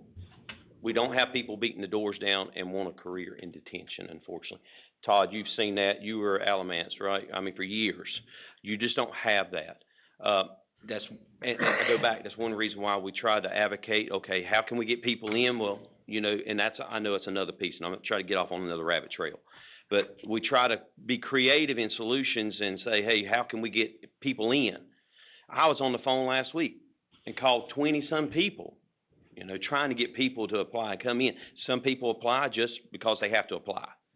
But we're trying, but you gotta get the staffing up in order to be able to do this in phases. And the way our jail is configured, we have to look at it's clear to me, and it may be something that I would encourage you to come revisit the jail and see how the jail is laid out, because it may have been sometimes she's been in there or have never been in there. I've been in there several times. Okay, Yeah. so if you've been in there, then you understand going into Peapod, the entrance is further up than OPOD. Mm-hmm. You can't build a wall, because if you build a wall, then you're going to keep people going into OPOD. Okay? Yes, that's for them to design. I'm with you on that. I get that. But here's the problem, Commissioner, that I feel like that we up here, we just talk, and it seems like it goes right here, and it doesn't reach your ears. We're the professionals. We're in there every day. You're not. They're the professional builders, okay? Sir, we are the professionals in there manning detainees every single day. You're not. That's right. With all due respect. You're right. And when I stood up here at the last facilities meeting, I said, I have some concerns about that kitchen being big enough. Your response to me was, well, that's a big enough kitchen. I've got a big enough kitchen like that at my restaurant. I have 300 some. Please let me finish, sir. With all due respect, please let me finish without interrupting me. Last time I was up here, I kept getting interrupted. The thing is this: you don't have 300 meals at one time going out.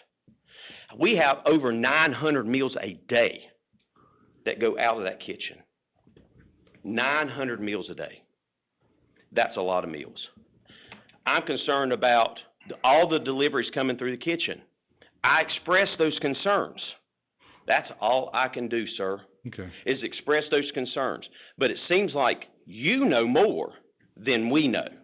So with all due respect, our responsibility is to give you the information, sir. As professionals, it is on your shoulders, and it will be on your hands if somebody gets hurt, not mine. Okay. I'm here to defend my officers, our officers in that jail, and everybody else. That's why I bring these concerns to you. It doesn't matter to me, it does, but at the end of the day, you have to rest with the decisions that you make. And if somebody gets hurt in that jail, their blood will not be on my hands. It will be on your hands, sir. I understand. Thank you very much. What you got, Karen? I got a couple questions for you all, but I'd like to say something to kind of calm the air just a little bit, okay? We've heard philosophical things. We've heard things that should have been discussed. I got on this committee 2.5 or 3 years ago, okay? And different groups of officers have been in the meetings, and I'm not on the facilities committee. That's not my arena.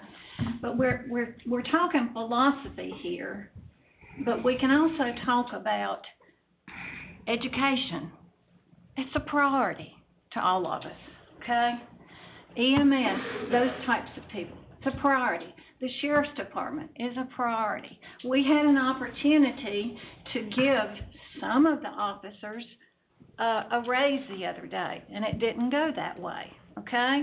So if we're bringing in things that are upsetting people and thinking that we don't appreciate you all, and we do, it's just like you said, we've got a tough job. We've got a tough job up here. We promised our citizens that we were going to be good stewards of our money, and a lot of people, because of the sports complex, and that seems to be, a big part of what's going on everywhere. Our judgment is being questioned about where we put our priorities. This jail has been on our radar for years, and to come in and we're getting ready to ask them to design and complete this change, and then we get bombarded with all this information that seems to be over and above. We're just trying, in my mind, $1 million is a ton of money. But when we're talking about $100 million, that's the reason we said we've got to try. Okay, here and then the economy goes crazy and prices go up. We have to just deal with it. I've got a question for you all. Commissioner Mizell over here was not at the original discussion. I'd like for you to tell them what the original bed count was, what the original price was. And if we went with that original idea and the original price 3 years from now, and we design it just the way it was, can you say it can stay at 95 or 100 million? Or are we looking at 120? Give him some information. And Karen, give him some background. Karen, before they start Brian, put your name on it. before y'all start that, I got one thing I want to ask you, since he just said something a while ago that I want clarified. On the kitchen, first of all, how much is y'all's contract to design this jail? Just rough number. I don't remember.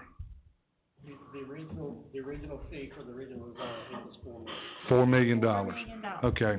We relied on these folks. We gave them $4 million to design this kitchen. Okay? And to design no, let me speak. I am, sir. I'm And to just design, to the podium. and I don't want to talk about this anymore, okay?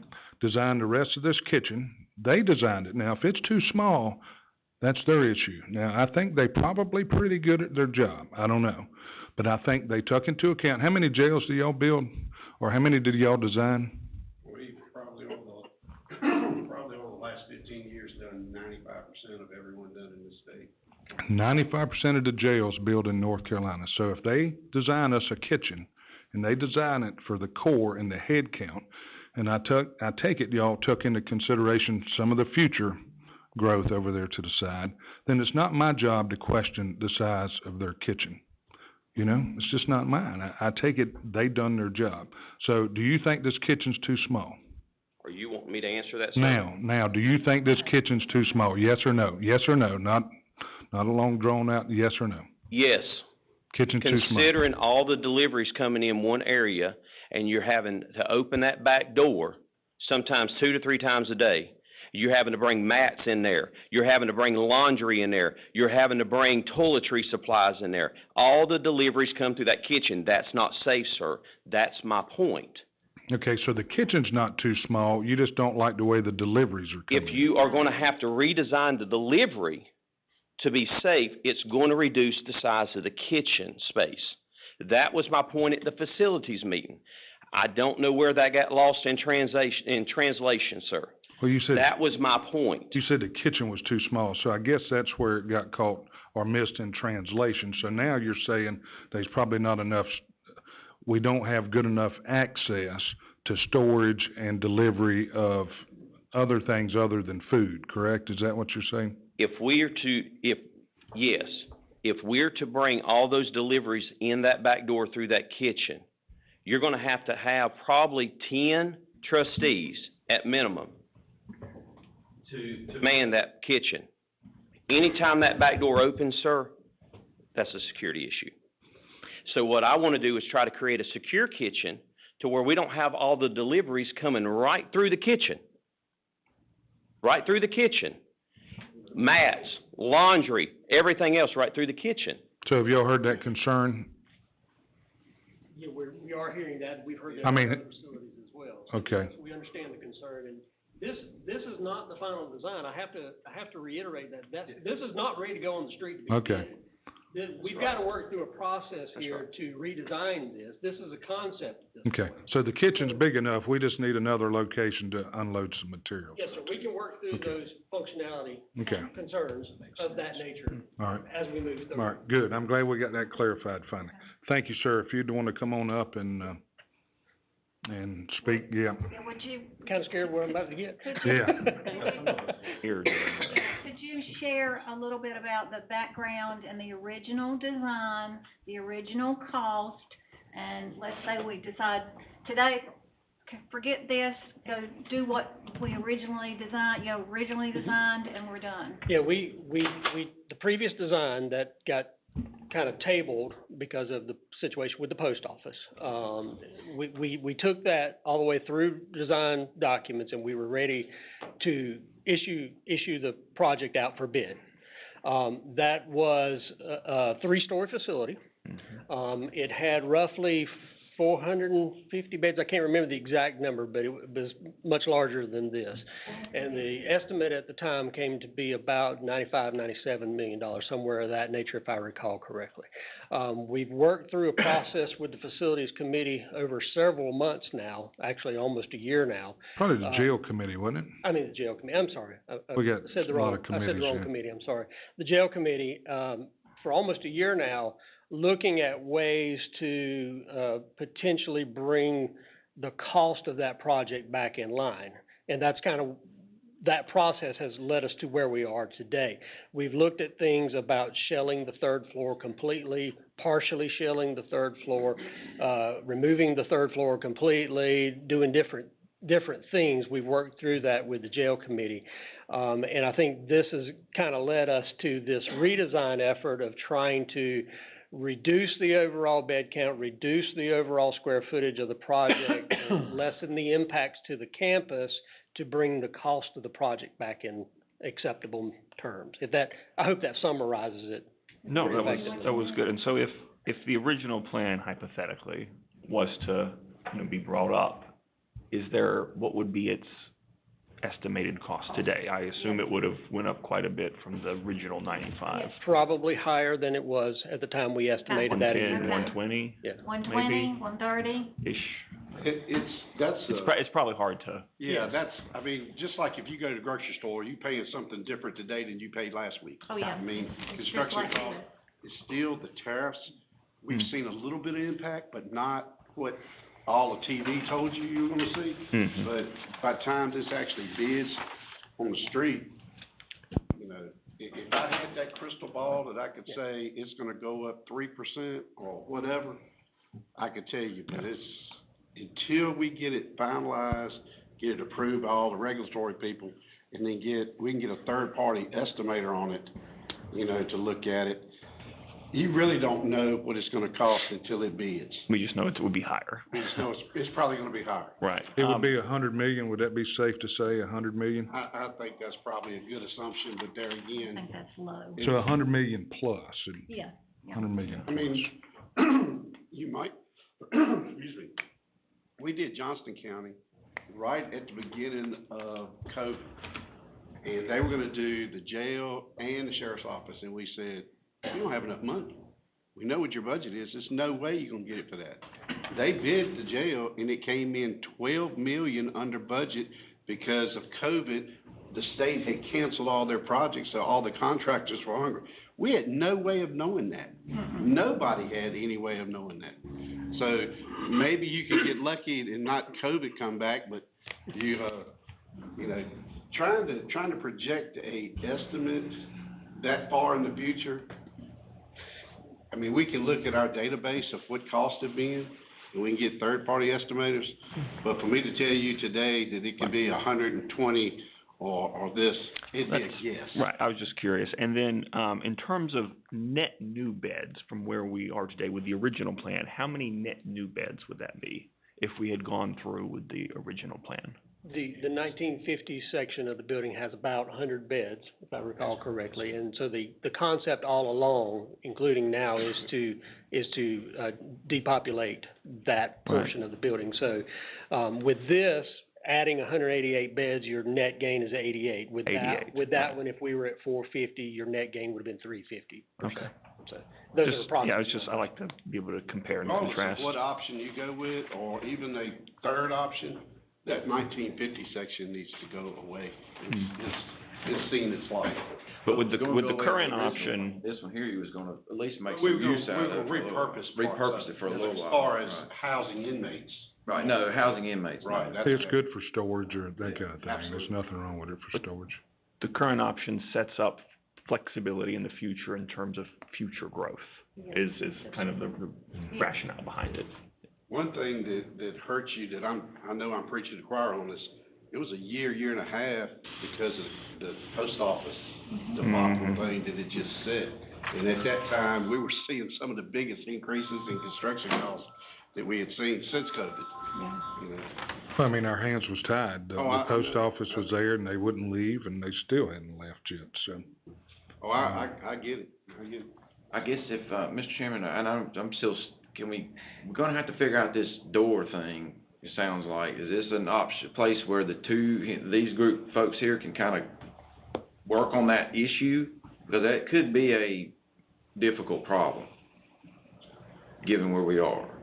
Yeah. You know, if we got 150 people, live bodies we gotta deal with, I'd hate to see the board try to like move forward with design today, but I mean, it's like, I don't know if you guys can help know how to do that either. I mean, they've seen the design, I'm sure they know whether they can build some walls in there and You know, make it. we've got to look at that. Yeah. We've got to look at that in a lot more, detail about how that can be phased, if it can be phased, those kinds of things. So we need to look at that a lot more closely. Because again, if you're not, you're spending $30 million to house inmates over there for 6 months. But if you build a new facility first, what's the need of moving in? You move them directly over into the new facility and then you renovate. Well, that's right, they can build the Exactly. 188 beds Yeah. and move them right over there Yeah. first. But on this option, it's not giving you enough beds to Detention move. officer had a word with it. Not like that, like moving them out and separating. Well, you're right, building you're right. walls and all this, man. Just constant growth. Well, yeah, it would be enough, because you wouldn't have to move the 100 to begin with. That's right. So you could move the 100, well, no, you got 240 over there, right? So you don't have enough to You move. don't have enough in this option to be able to move everybody. Right. And I think that's what the major was talking about. I do think we need to look at if there's a possibility of separating a wall or something. I'm not concerned with the dust that much. I think that can be handled. It is the security issue. But They have to you're dealing with a whole exit lot all the less other side. inmates if you move what you can into this building. Oh, yeah. I mean, you're not dealing with the massive amount that, if you do that first. And if y'all Well, will you give us could the move 188 of them over there, I guess. Yeah. if y'all will give us the opportunity, we will study that and come back to Okay. you guys with some recommendations. One thing that I would be interested in, Mr. Chairman, is the fact that I think if we were, and not saying we will, if we were to go with this 65 million and build the unit out there that we could later on add more, that would only give us 80, right? The future addition, Yeah, if we do it like this right here with the vacant spot, but it's built and ready to grow with, we would only get 80 with this format, right? 88. you would net 88 new beds in 88 this in current that, floor yeah. plan, but your future addition, you could, Requires the It- filling of it could that be- way. you can go multiple stories. You could do more Yeah. stories. Yeah, I'll just make sure I understood. I think it was You could build another- 188 per level. So it was like 188 per level, so you could stack two, you could make it 188 times two, plus your 88, you could pick up 400 and some beds. It's gonna cost you when you do that, you start stacking, but, it can be done, 'cause that property, you acquired it now. And you've also got the additional, bank property. Yeah, that's where it's all going on. Yeah, over there. Right. Yeah. You'll eventually, basically, in a shorter way of saying it, you'll end up at the $100 million option. It's just, will it happen? Yes. When will it be? Will it be 10 years from now? Will it be next year, or whatever? I don't know.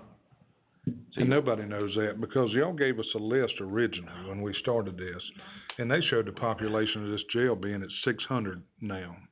Yeah, that was prior to COVID and all the numbers dropping and. Yeah, but we still wasn't nowhere close to 600. We wasn't even close to the numbers that was projected by whoever done that study. Y'all probably remember. But those numbers was way above what, as time, I don't even know when that study was done. You remember the one I'm talking about? That showed, you remember it, don't you, Casey? Yeah, but I think part of that is building in things like the training, having room, because right now everything's so like that. So, now 600, I don't know, I don't know when we might get to that.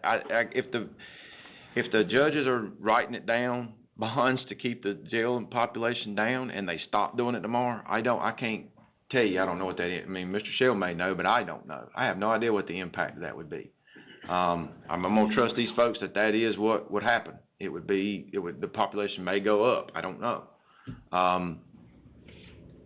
But I can't swear to it, I don't know. The historical trend of what we got, is all we can do is with the information we got. So we've got all these years of ADMs by month, and it stays fairly level. It just had that period of time where this whole conversation started, and I don't know exactly what was going on during that little period of time. Part of it was COVID, part of it was, we just saw a massive increase in the population, literally like that, you know what I mean? And that's when, Mr. Gentleman from the state, Chris Woods, he showed up at the door and said, you gotta do something now. Today, not tomorrow, today. And so we had days where we were 400 plus. Yep. And it would go on and on and on like that, day after day after day. And then, I guess COVID came in, and you're right, the whole thing kind of changed. The ADM just plummeted, like the 220, whatever. And now it's just kind of rose back up to the average, 260-ish. The last month I looked at July was the same. It was almost spot on. I think it was 10 off from July of 2013. So it just like it went like this.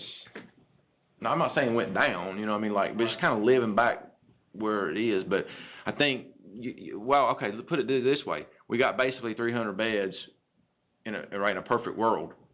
I'm not talking about staff, I'm just talking about the beds. And we're running at 270-ish, give or take on average. You ain't got that much room of bed space. That makes sense. That's kind of what the conversation's all about here is, if you're going to 88, it don't make it much better, but it expands it a little bit more. You got that bank property, though, you can take it to another level. It's just, you guys know. I guess what you're doing at that point is you're growing into it. You're watching it and go, we always got that property. we gotta pull the trigger and go, we need 300 more beds. Yeah, it'll take time to build it and do it, but we can do it now. Whereas before, when we started this project, we didn't even have that as an option. We didn't have the bank You property. didn't own the bank building. Right, we would have to go up, stack them, remember, this thing was gonna end up going up, vertical, like 4 floors. Now it can kinda go out, Yeah, purchasing that bank property was a smart. which all the jails we visited went that way, which was kind of, except for the one, I think in Iredale, that went up, was stuck on that little piece of property, you know, so anyway, it was more preferable, looked like, to go this way than to go that way. I For got one safety quick concerns. question for Major Louis. Did you not just say a while ago that you was having a hard time calling detention officers in? Is that what I heard you say just a minute ago? Applicants, Applicants, so it's hard getting applicants in. yes, sir. That's the Okay, reason why we're sitting at 20% okay. of vacancies. I thought that's what Casey had mentioned a while ago, so staffing's gonna be an issue too. Yeah, The more beds you got. yeah. If you can't get them in for what we got now, Henceforth, the reason why our position was we need to try to increase starting salaries, we need to give incentive pays, we need to do all that. I understand that's another argument, but my position is this. That's what's getting the other detention officers or detention centers full. Okay, that's what's filling their vacancies, is these starting salaries. It's Oh, I hard, agree we're with in the a starting position where salaries. we're competing with Guilford and Forsyth and those counties that are paying 50,000 starting pay. And it's hard to get those detention officers, and when they come in to work in our facility, they're not used to bars. And they're like, if an inmate's gonna reach out with a weapon and cut me, no, that's the society in which we have now. and I agree with that, and on the committee we had not long ago on the salaries, me and Commissioner Shell and Tripp, looked at that, and the detention officers wasn't even on the sheet for an increase in pay, so we come up, am I right, with the increase for the detention officers? Yeah. And, is that right, Tripp? Is that the way that worked out? So they wasn't even on the list for a raise, so we got them on the list, and hopefully we'll make that happen soon, because I agree, the detention officers, they definitely need some attention, so. All right, so what do we wanna do? Postpone this, till they get back, or, with us, or did you have a question, man? Did you have another question? I was just curious if there was like a middle concept or middle plan between the original 96, now potentially over 100 million, and then this revised, if there was either a middle ground plan that was talked about during the jail committee, or? I think it was that $82 million 82 option million. where you build Okay. you don't pod the top of it. You build the building, but you just don't put the pods in. Would that intermediate option increase the bed count that may alleviate relocating these inmates during the construction, where you could, like he said, build it, put them all there, then you don't have the expense of moving them somewhere else? Only if you put the pods in, You have to okay? put the The pods pods you gotta have the pods. Then you're back to the original option. These are steel pods. What they do is brick it all up, and they slide these pods in and brick them up, but all of it's, Steel prefab right. Legos, and they just put them in the slot. It's all modular stuff now, so Gotcha. that's what it's done. So again, to me, I think these guys, if it got to, just my personal thinking, if it got to where you need an expansion, they can go over here's where the bank's at, we can bulldoze it down, they can pour footings and lay another couple hundred beds over there when the time comes. Or now what bothers me a little bit with us going ahead and building the foundation, you guys know more about this than I do, and sticking the pods in 10 years down the road, we've run into that before, not that anything that we designed, but we couldn't get it permitted because the footings had stayed there too long and the structural value and just wouldn't happen. I think it was one of the buildings right over here that was built before us, so is that a concern, or could be a concern later, if it was 10 years down the road? If you're talking about the proposed expansion. Not to propose, I'm talking about if we went vacant up top, if we went with a shell, say it was 15 years down the road and we wanted to go stick pods in, possibly not getting permitted to do that. If we designed it as a shell space, the structure would be sized to support that. Well, see, we done that, or we didn't do it, but it was done prior to me coming here. Something was designed for another floor, and the spec changed in the 15 years and. 2000 jail, sir. 2000? Okay. So the spec changed and we couldn't build any on top of it like we was, so could that happen? Again, I don't wanna spend another $10 million up top And 15 years down the road, when the pods are needed, they can't be used because we can't get a permit. You raise a valid concern, anything's possible in the future, it's that crystal ball that Todd mentioned, we really don't know. Code changes, seismic codes change, those kinds of things that might impact that future. But, you know, for today, we would design it to meet the current code so that it did support the weight of those pods. And that's what was done in the 2000, okay? I couldn't remember which one it was. Yeah. Just so you guys know, I've already lived through that on the building that we have. It was designed for another floor. By the time we tried to do it, the code had changed and we couldn't put another floor on there, so. So you overpaid on the design originally to be able to do nothing with it, And that so. would have allowed another courthouse expansion as well, because it could have been on the jail and that section of the courthouse. That's right. Thank you, Debbie, for having a good memory, okay? Mine's leaving. All right, so are we done with this conversation? Is that, what's the direction of the board? Have them go back and look at the moving, or where do we wanna go with this discussion? Moving the inmates or seeing if they can build a wall in there and make it secure? Like I say, I don't know if y'all heard a while ago, it's $1.5 million would, what it would cost to move 160 inmates for 6 months. If that's at $50 a day. Now, I don't know what the going rate is or what. Huh? I don't think you can find a place for $50 a day. Yeah, I have no idea what the rate is. The last time we checked, it was 40, so I don't know what it is now. It's what the state pays you for housing since inmates. Yeah, but I think we looked here several years back. Now, again, it's Sheriff been, might have some friends that give him a good deal. Usually that's the sheriff to sheriff Yeah. kind of deal. but finding somebody, finding somebody to take them's gonna be the challenge. Place to take them.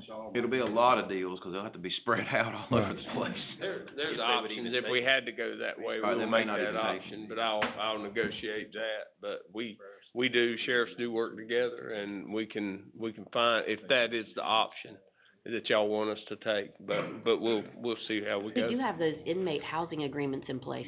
I Yeah, don't but know how them long things they are- were valid for, but you all approved several That's back right, several years housing. ago, right, Sheriff? When we were Yeah, having the issues, we'd contact, was it Watauga? There were 4 or 5 different inmate agreements that the it board was had approved. Ashe County and, There was 3 or 4 of them that a y'all. couple of different that places, y'all but brought that's. forward. Yeah, that- we they never don't had have to a whole use them, lot of but y'all bids. did them.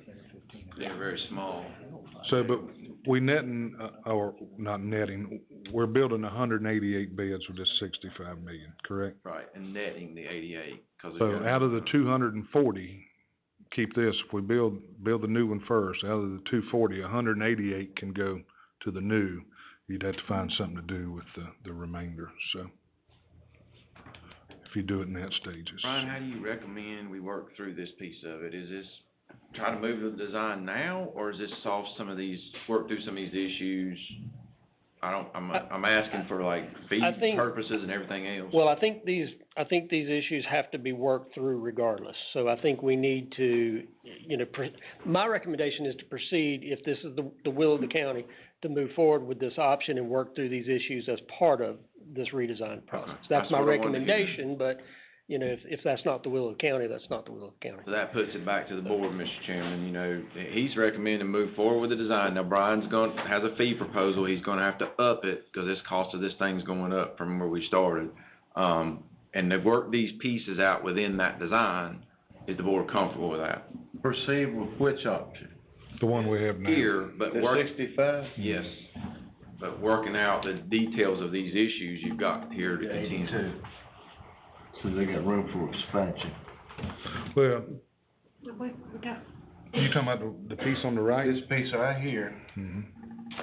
where they can add beds to it, and if we ever needed the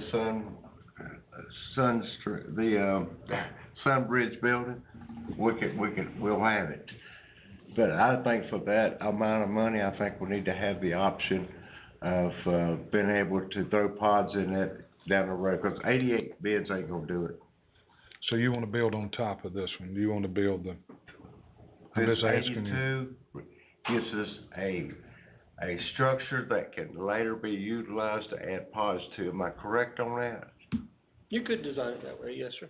Well, I mean, that's what this is. That's not what we're proposing right now. Now, tell him what's Trying to determine. proposed. Tell me the 82 then. What are you doing with the 82? 82 million project. There's 3 different there's 65. Oh, the 82 million, 82. the $82 million Yeah. project. Okay, I'm sorry, I was not following what you were Okay, I'm asking, sorry, I didn't Commissioner. make myself No, I'm clear. sorry. So I guess the three options are on the table. I'll just simplify it and say this. Proceed with the original design, that was the $90-some million option. Those documents are ready, they've got to finalize the state approval, they can move forward to bid. That's option one. Option two is to take that same design, take these value engineering options that we pulled pods out, and brought it down to like 82 million. That's option two. So it's basically the same design that was previously done. We're basically just shelling that third floor. Does that make sense? And that was roughly that 82 million. And then option three is this option, that I'm sharing with you today. I think those are your three options that we're sharing with you. The 82, is it utilizing this Plan? the way this is laid out here and No, just sir, adding on top of it? No, sir, it's using the previous design. Can you utilize this option? I can, it's still a redesign, because it's a different layout completely. I mean, you're just going up, am I right? Yeah, we could add a third floor to this and increase the bed count, if that's where you're going, Commissioner. Okay. Yes, we could do that. I think it just prepares us prepare somebody for, we ain't gonna be around, I ain't gonna be around, but prepare somebody for the future of expansion without having to go out here and spend a whole lot of money for construction. If we could have this put up on the third floor, and it could later be utilized for jail cells. And that's the way. Yeah, I could add a third floor to this, and we plan to Would shell that it be as part of the 82? project. That would be roughly another 25 million added onto the 60-something that you've got. It's whatever. Be another 25 million? Don't hold me to the number, but something like that, yes. Quick question. The intermediate option that Commissioner Shell was referring to, which y'all were referring to as the $82 million option, that was based on the initial plan, but just shelling it out, correct? Correct. So would that alleviate the issue that Major Luya was concerned about, all the shipping and receiving in and out of that? Would that alleviate that issue? It does, because it moves a lot of that, inmate movement and arrestee movement back up to State Street. Okay, so that would alleviate the concern you had? Yes, sir. Okay, so would that also enable us, once this is built, if we moved all the inmates out, how many would that leave left over that we would have to ship out elsewhere to house? How many beds are we looking at? Just 188. 188 something. would be able to go over there, Okay. out of the 240. 188 out of 40. So That's what basically- Major Lewis said was in that one, 240. That is correct. You just said 240. But what we're looking at is we would be moving the old jail, not the new jail, first. Well, but Because you got 100 in the old jail, and you would only be able to move 80-some over out of that pot, out of the new jail. Okay, the new jail would only be able to move 80. You gotta move the 100 out of the old jail. So you'd have to move them first, that would be included in that total. That's correct. I may have misspoke. How many, it may have been a different bed count in that original. Was there a different bed count in that original plan? It was about 650, I think. Well, I'm talking about on the 2 floors, if we don't do the third floor like he's saying. I don't remember what Or the, something? I'm so sorry, I'm trying to crunch numbers. yeah, I hear you. The original plan, what was, if you take the pods out of the third floor, how many beds did that leave you? That's what I was crunching the Right, numbers on. right. So the original concept that we had was 2 floors of housing. Yep. Each floor plate was 196 beds, so that gave you a total in that option of 392 beds, if you build out both floors of housing. If you chose to shell one of those to bring it back down to the 80-some million, you're at 196, so.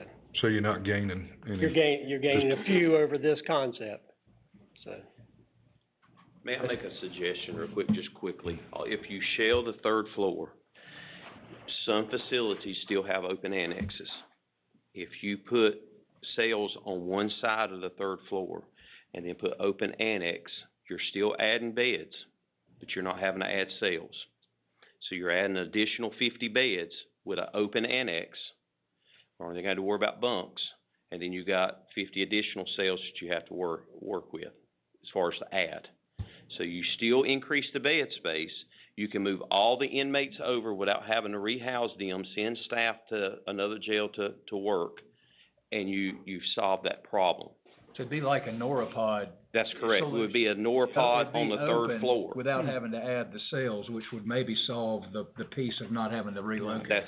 It would solve all that. Okay. So you would add the third floor, you would put 50 cells in, 50 beds in the slide-in cells, but the other side of that floor would be an open annex where you could house 50 inmates. That would sound more feasible to me and still not encumber the taxpayer to foot the bill for the whole thing, but tee us up to add to that, still add to that later. Yeah, and that is providing that these counties would receive them. If they did receive them, a lot of times they say, we'll receive them, but you gotta send your officers here to house them or to stay with them. We don't have the officers. Right. So that would solve all those problems. Saying this, what we're talking about now, will alleviate all of that. That's correct. It's still out making us take the whole bite out on the initial plan, but That's still correct. set us up for when we could add to that later. That's what I was about, can you convert that space later, Brian? Yes. After you get all this moving done, could you make that into, say you wanna make it into pods?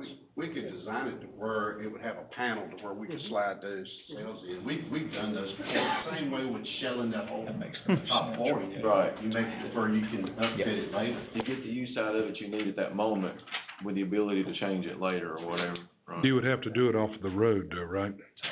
You'd have to slide those pods in. Yeah, you'd have a crane. You'd have to do it off the road. That road would have to be closed, 'cause ain't nowhere else. You'd have to do it on that side of the building, I would think, 'cause your Sally Port and all is gonna be on this side. You have to go to the opposite side. So you're gonna have to go on the other side of the road to do that. The problem not only is the cost of housing out of county, is how many places you're gonna have to go to. And then, if they call for you to come back, and you gotta get this one back, if they don't act like angels at those facilities, they call them. Kick them out. And you come to get them, you know, but that's a. And you have to go get them for court, bring them back, take them back. That's extra expense, running them up. Who else on that jail committee? I don't remember. So this would be like just the beds.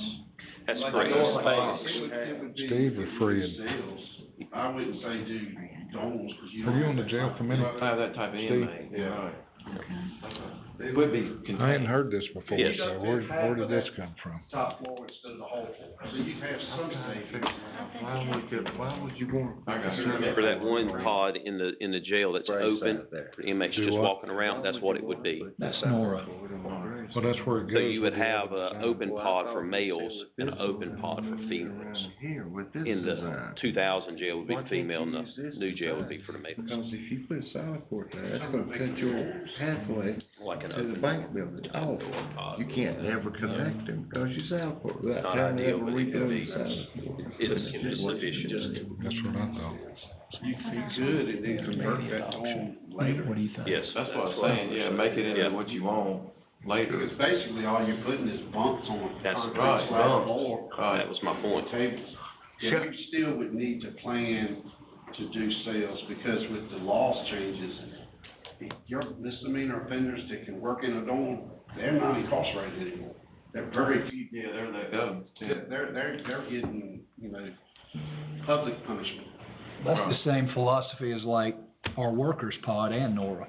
They're in one big room with just bunk beds, there's not individual Right. cells, so that would Right. eliminate the cost of having to, like you say, slide An those. open room, yeah. Correct, Right. and you could come back and do that later. To me, looking at it all the way around, it's not gonna make us take the biggest bite from the initial plan.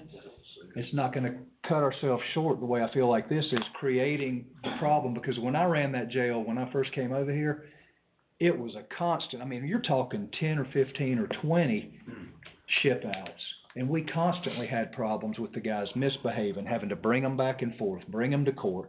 But you're talking about if you just did that plan and you're having to move 80 or 100, I don't see that it's feasibly doable. I don't think you could do it. So that's why I'm thinking the intermediate thing, having that one part open like an annex, that would eliminate that problem, it would eliminate that cost, it would eliminate the problem with the shipping and receiving through the kitchen like you were talking about. It would already eliminate that. To me, that intermediate dealing with But those aside problems. from the cost-cutting measures of this plan, like it reduced the administrative spaces, deal with the hauling stuff to the kitchen part of it, obviously, but not the, we reduced the Sally Port down from the original plan because it was probably a little bit oversized. Yeah. So keep the better parts of the cost containment measures from this one. It's like you're mixing them, kinda, sorta. Cause that first one had it all in there, had a lot more conference areas and things like that. We would cut some of those spaces out to get it all fitted into this box here, basically. I would have our structural engineer design that top floor for the weight of the cells, so that 5 years down the road. You're ready. It don't need to be a dorm, now it needs to be cells. Right. Your slab thickness is right, all the structural steel's in place, I'd do that on day one. Yeah. You can't go back and do that later. No. What's that now? Like if the top floor is gonna be dormitory, well, dormitory's not gonna have to have the slab and It ain't gonna have as big a load. cells. I would do that on day one, so when you need to change it from a dorm to cells, all that work's already done. Cause you can't go back and do that later. Well, I hear that, but again, my same concerns, just like a while ago. 2000, they designed it for another floor too, and in 2020, we couldn't do it because code, so, I hear all this, and if it don't happen in a timely, who knows, we don't have a crystal ball to know when this jail's gonna fill up, I don't know. But y'all aren't crazy about having dormitory space, ever, are you? I don't like that idea. Okay. However, Yeah. they manage themselves, okay? It would have to be direct supervision is what I would suggest. Okay. But another thing is when you look at eventually maybe sliding those cells in, you still gotta pull those 50 out and house them somewhere else. We can easily absorb those 50 in the rest of the building and not have to find placement for them in the future. Right. It's something to consider as well. If you got the open dorm, you've got the space there, you've got the building, you don't have to worry about building nothing else, you just slide dorms in if that's what we choose to do. If not, you still got the bed space there. It's a win-win, in my opinion, not just 'cause it's my idea, but I'm just saying. But you're talking about blood on my hands, direct supervision is about as dangerous as it gets, is it not? We have that now, sir. I know we do. Yes, And that's why we're trying to design something and do it better. and it would be on my hands too, sir. Mhm. So, Yes. we from day one, direct supervision was something we didn't wanna do, is that correct? Well, direct supervision Yes. usually takes about 35% more staff Right. than indirect. With staffing, it's not just Davidson County, it's across the state. That's right. Yeah. It's across the nation trying to hire people. It would kind of be a hybrid of what we've already got, though. If you exchange those bars for the doors you're talking about, that would alleviate a lot of the area where the most dangerous ones are housed, versus if you got the open, that's typically where the less violent. That's where your child support, some of your lower bonds are gonna be housed, so they really don't have a reason to show out. Now, there may be occasional fights, things of that nature, yes, we have to go in and, and take care of that. But, worst case scenario, what I'm saying is, or the best case scenario would have a direct supervision officer in there. We currently don't have that now. And we're managing, and we can do the very same thing. And keep the staffing levels down, keep the beds up a little bit, but I don't want to, and we got a teeter-totter on this with the officer to inmate ratio. And that's what I look at, okay? Right now, we're at 28-1 with the allotted numbers. With the actual bodies in the building, we are up to like 33-1. So I've got a teeter on that, and that's what I'm referring to as keeping them safe as well. So let me ask you a question. If you was gonna do that, wouldn't you put the dormitory stuff on the bottom? Whatever that dorm would be. I like having my harder offenders further away from the door on the ground. Well, he said I'd rather have them higher up. Right, that's what I'm saying. The dormitory, if they lighter fencers, they need to be on the bottom, close to the door to That get way at. you could house your inmate workers. That's correct, but we're talking about sliding cells in later. What I'm saying, if you put that open dorm on the outside wall on the top level, you can come back later and slide those in without any concerns. and still get the beds that we need to house these that we have to move out. That's my suggestion on the third floor. So you saying you would like to do away with the dormitory type in the future? Yes, eventually. Because if they not, low offenders, or I don't know what the correct word for them are, but wouldn't you always have a need for those maybe? And Yes. Ideally, what you want them is behind doors, okay? You don't want to have to walk out there with 50 offenders, because these people don't, you know, they're not the ones that normally would just sing in the choir, you know? So, I mean, they're very susceptible of showing out and causing problems. What I'm saying is it would solve two problems. It would give us additional beds, and it would make it easy for us to slide those in. Should we say, hey, this open dorm is working well, we're good, we may not have to have those additional cells, because we do have an open dorm. I think it's something that we could look at in the future. Actually, probably what needs to happen is you need to get a dollar amount. Dorms versus sales, knowing that you're gonna wanna go sales in the future, is it worth that savings now compared to what you're gonna spend in the future? Maybe let us look at some estimated costs and stuff like that to give you maybe a little bit more educated view to make a good decision. Because we don't wanna tell you, yeah, you ought to do this, and then you find out later that you need to add those 2 years down the road, and then it's costing you twice what it would've cost you. I don't. see, I thought the perfect design would be just build what we needed now, or we got 100 additional beds. Again, I think y'all can come up with a plan to take care of, keep from moving these people. That's what I think, but maybe I'm wrong. You guys been in it a lot longer than I have, so, for $1 million, like I say, it's gonna cost you at least $1.5 million, so for $1 million, you can get pretty creative on how to keep it safe, I would think, but again, then you had this over here to build as many as you needed later. You know, if you need 200 more later, so that was my thinking, Commissioner Shell, and I think Karen sits on the, jail committee with me as well, and do you? Mm-hmm. Yeah, so I thought that's kinda where we had this, and if you need to spend $20 million 10 years down the road, or 5 years, you can do it, but it's up to the board, whatever y'all wanna do. You know, I'm still, I don't think, especially since y'all are new, you know, we've been through this. For a couple of years now, for 2 or 3 years. now, and now, I couldn't even tell you how many beds we're talking about now. 188 You know what I'm right now, 188. I know that right now, but this new idea, how many are we gaining? Another 188? You see what I'm saying? 100, yeah, about 100. About another 100. It'll be up to 288. Okay, you know. If you're just doing. And then we're talking about this kitchen and stuff area not being right, so then is this gonna change, or is it gonna flip over to that original design, and, I mean, I'm just kind of. The other design had the sally port on this side. Yeah, and we saved some money by moving that sally port, right? These are design discussions. Yeah, I think Brian can handle that kitchen part, just kinda tinkering with it, move stuff around. These are all design discussions that I think we need to have a series of meetings to talk about these things, so we can flush all this out. Yes. And come up with a final solution to move forward with. But I think we need to pull the trigger on moving forward with something, as far as. Because like you said, we need to come up with a dollar amount first, right? Yes. I mean, we need to come up with a dollar amount. I've gotta have something to work to. Ain't no need to having these guys chase 65 million if we're willing to spend 95 million. I'm not really You know, in I mean, 95. Or 85 or whatever. We need to come up with a dollar amount.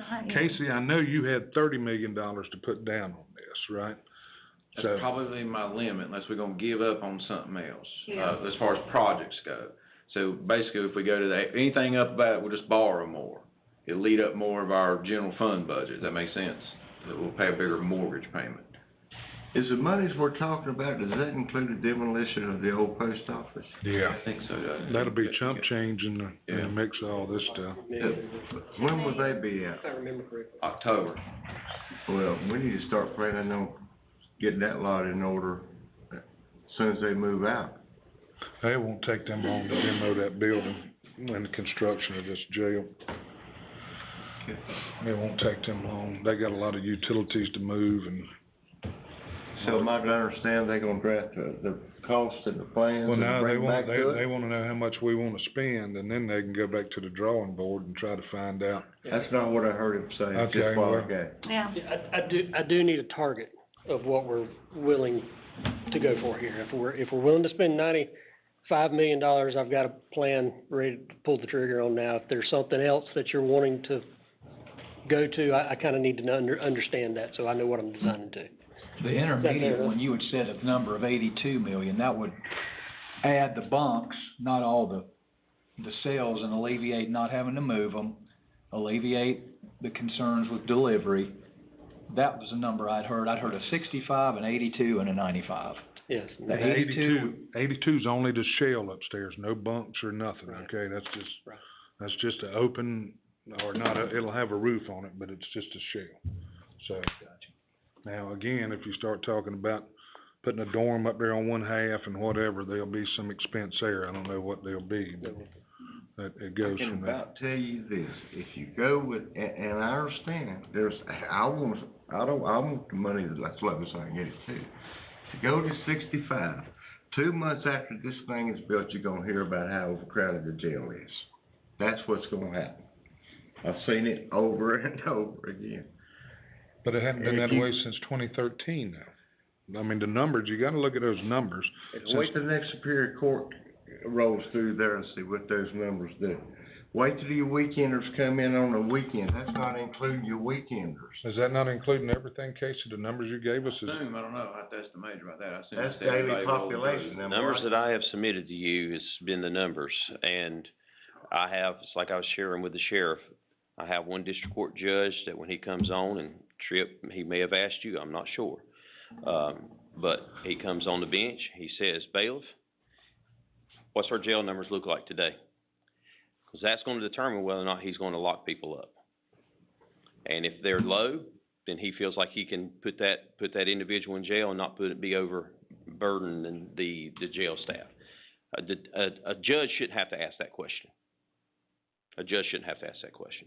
That's my position, and I concur with Commissioner Shale. Once we get it built, the judge is gonna say, hey, we got additional beds, let's rock and roll now. And then we're gonna be right back where we're at 6 months from now, because they're gonna be like, whoa, I thought we had enough beds. Well, we got enough to increase a little bit, but not to meet the needs of the court. Is then it gonna be detention officers? We don't have enough detention officers, is that gonna be what it is then possibly? Very well could be, sir, yes. We So gotta keep consider that that. in mind. But Keep that in mind. if we meet in the middle, it's like Casey and I've talked in the past, you can phase these detention officers in. And we can hit it hard on recruiting, if we can look at doing some things to help benefit and move the pay where we can actually be more attractive. You can phase these detention officers in. And when we get ready to move in, we've got the personnel there. So we can't have, 30 new positions as soon as it opens, or we're gonna have a $80 million building there and not enough people to staff it. And that's not what I want. Now, I don't think you want that neither.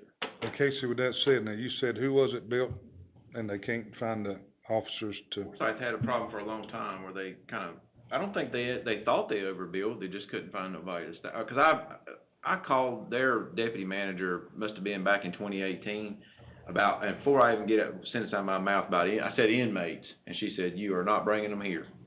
And I said, why? She said, cause we don't have the staff, and we are not staffing that third floor, or whatever, I think it was top floor, she said. Yeah, they were allotted 50 some per squad, and they had like 30 some. We would, even at the first plan, way I looked at the numbers, and I was a little low, we're anywhere from 23 to 25 per squad with the first build.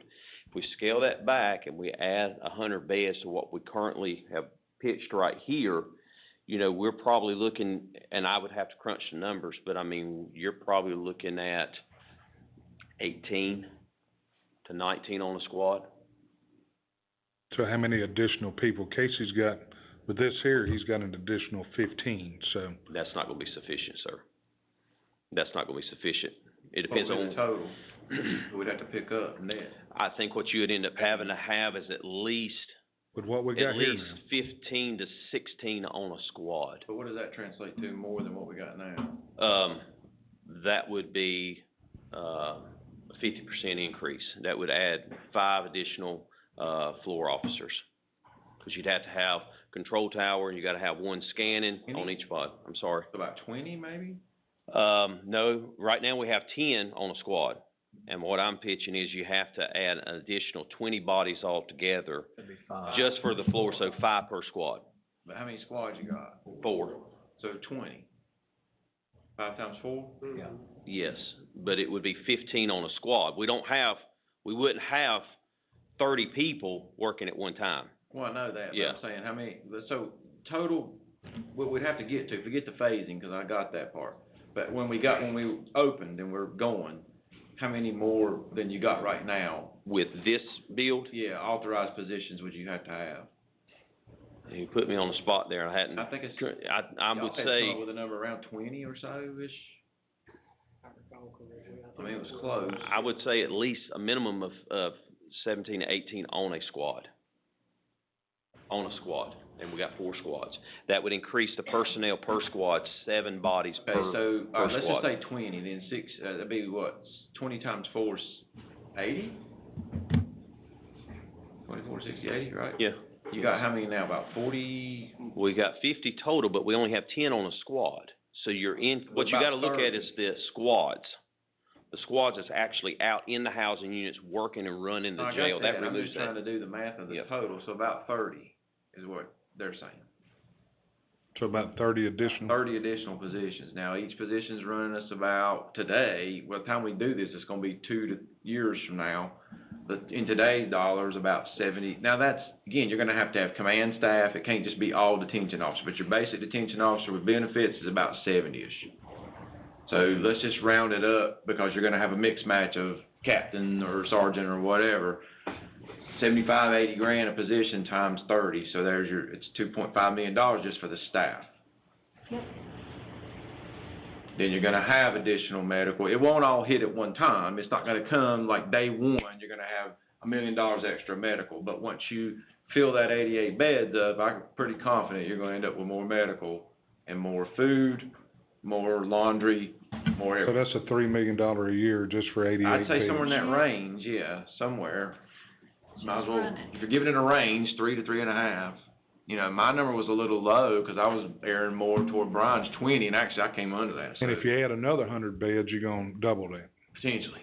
6.6 Yeah. million. Not Not necessarily because with the you're only- food, You yeah, only you're got paying the control food. tower Right. officers and scanning officers. And that's all you're adding on those upper floors. So you're looking at additional 8 to 10 bodies with those additional 100 beds. So Would you concur with that? You have 2 posts. Yes, Each post will take 5 people. yes. It's one per shift, you got 4 shifts, but then you gotta have somebody on, when they're on medical vacation. All the lead factor stuff. So if it's 3 and 10 more, if 3's what we were landing with this, and then 10 more, you're roughly around another $1 million, let's just say. The medical and stuff incrementally increases with the amount of beds and inmates you got in there, so you probably at the, 5, 6-ish range, somewhere in there, for total operating cost to add that many inmates. I won't even call them beds, because it's gonna be the bodies that's gonna drive the cost. If you got an empty pod, it don't matter, but if you got inmates in there, they're gonna eat, they're gonna require laundry, and they're gonna require medical. And probably what you'd end up having to do is add those positions well in advance before the renovations, because that way you could send them to other counties to work, because a lot of these counties don't have personnel. They may have bed space, but they don't have personnel. And so you gotta have enough bodies to send as well. So, just a lot to consider there. Complicated nature. Say this out loud, this last piece out loud. $3.5 million to run it. If we go with a supposed $82 million. No, 60, that's the $65 Based million. on this one, let's just call it at 3. You know, let's try to be, I mean, it may be 3.5, I don't know, but Okay. let's don't get wild, we gotta keep going with the number, going up and up and up. 3 for this one. If you go to this new 82 plan, let's call it, we've got 82A and 82B with the dorms. 5 million. It's gonna probably, yeah, it could be 5-ish, let's just say. And you're kinda wrong with that, Casey, because the number does keep going up and up and up. every year it It goes. does, 'cause then the Right. next year here comes raises, the Right. next year here Yeah. comes, Yeah. medical for us, cost, et cetera. The cost of having an employee just continues to go. But whatever you come with, we will run it. I mean, we're doing it now. We'll do whatever we get.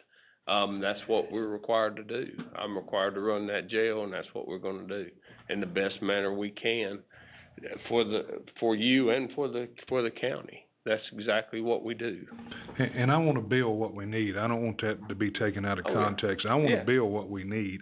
And again, the taxpayers put me up here to try to look after their money, you know, and I'm trying my best. I mean, They put So- us in the positions we're in. that's you know. right, that's right. You probably wouldn't do what I do, and I Um, probably wouldn't wanna do what you do. But, you know, again, to me, if we gotta spend another $25 million, we can spend it when we need it, you know? And again, who's got a crystal ball to say if we gonna need this or not? I wish I had a crystal ball. I could do things and make it work a whole lot better if I had one. Again, I want our officers to be safe over there. That's why we put new doors in, spending a couple $1 million. It probably should have been built that way a long time ago, okay? But it wasn't, so, anyhow, so where does the board, but I am concerned. Again, it ain't the initial cost, it's what it's gonna cost us from now on to run it. Another 3 million, 3.5 next year, 4 million the next year. I'm just saying on the lower one. I mean, that number, staff keeps going up, employee cost keeps going up, and that never stops, okay? And we get to be a bigger county, Right. bigger county. I mean, it does. The dollar signs, y'all brought that up. It goes up. I mean, just the cost of life and living, it goes up. You know, it's not the fault of anybody, but the cost of living, cost of everything goes up. That's And right. that's part of it. As we grow as a county, and we are getting big, these are the growing pains. $65 million, so where do we go from there? If we do go with that plan, I guess it's up to these guys to address Major Louis' concerns with the shipping and receiving and the Yeah. moving inmates out. Yeah. Y'all can do that. Well, I definitely feel like we need to move forward with something. I do too. I mean, we've, We're spinning a like I say, wheel. we spent 2 years I know trying you to go have. through this, I you know you know, have. and to spend 2 years and, you know, but I've been again, dealing with the state. The second day I came into office, that's when I met them. one thing that They've slowed been us on my down back though ever was the since. post office. We Yeah. couldn't do Yeah. anything with the post office, Yes, you I know? get it. Um, So, until they moved, and of course, we looked at other plans. We looked at moving it off-site. Yeah. Of course, the judges back then, the Superior Court judge didn't wanna move it off-site. He says, I want it on site. We're gonna put out the battery place. Right, right. That's for Brian convinced everybody's gonna be radioactive out there. So, a quick question, and then we'll quit kicking this can down the road this morning, but on the addition over here, if we decided we wanted to put another 100 beds and then if we wanted to go up, how long would it take to get that designed and approved and ready to go? Put it on the bank property? Yeah, that's a pretty simple project there, I'd think. That would be a lot simpler than trying to figure going up on what this is. Okay. So did y'all understand that? That's what I needed My- to hear my right question. there. That's exactly what I needed to hear right there. How long would it take, or what would it be, if we decided we needed another 100 beds 2 years from now? And how long would it take to get the construction started and move along on that side over there? And he said a lot sooner than a lot easier than it is to do this. Would you say what you told me just then on that addition, so? Look, what me and Brian were just saying, if you go to the bank property and build your addition, your initial addition there, rather than trying to go up another floor and then bring in sales later, one, I think it's gonna be cheaper. And two, you could actually do that as a bid alternate on day one. You could do this as a base bid that as a bid alternate, so you see what the real costs are gonna be on bid day. I'm sure Dwayne's dealt with bid alternates, he's still in here. Yeah, I know what you're talking about. It's just an alternate, so if we decide to build it, the number's there, and if we don't, then Yeah. you get a, We could design it for that now. Show that area as alternate and get the contractor to give us a price for it. And then on bid day, the county says, we're gonna accept that alternate or we're not gonna accept I that. think that's a pretty smart move right there, to be honest with you, and I hadn't thought about that one. And that's gonna solve Major Louis' problem, you know, and all of that at the same time. The design would be for more beds initially, but if the money's not there, All right, and you said Major Louis' problem, which problem is The that? problem with having to find a place to move, Right, but I thought y'all was gonna try to work that out I as, ain't trying to work all the problems. I've been in his shoes, I no, know. but I said, I thought y'all was gonna try to work the problem out of trying to do the work without moving all those people in. Right, right. I thought y'all was, yeah, okay. Is the new facility gonna be attached to the jail? No, you want it to be. Yeah, I know, I was just making sure it wasn't like built like a satellite office or something. No, you want it to be a joint, and since they're gonna be Be built at easier the on same jail. time, then you can connect them together. Yeah. To where if you build one later, you gotta have that, what is it, 30-foot separation? Now, with the Sally Port not being on that side, I mean, I think we have to take some time to look at that. the Sally Port's on the other side, so when you, now, what you could do, I guess, is, of course, it'd be covered parking.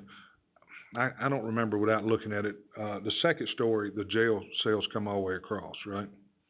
So you could put a inside parking and then the jail be on the second and third with your alternate, you follow what I'm saying? They would be a covered parking on the bottom and then but I guess, I just don't, I've never liked put parking underneath. I got you, okay, now that makes sense. Some dry foot into that parking. That makes sense, okay. Yeah. I wouldn't recommend that. I got you, but I gotta think about all those, okay?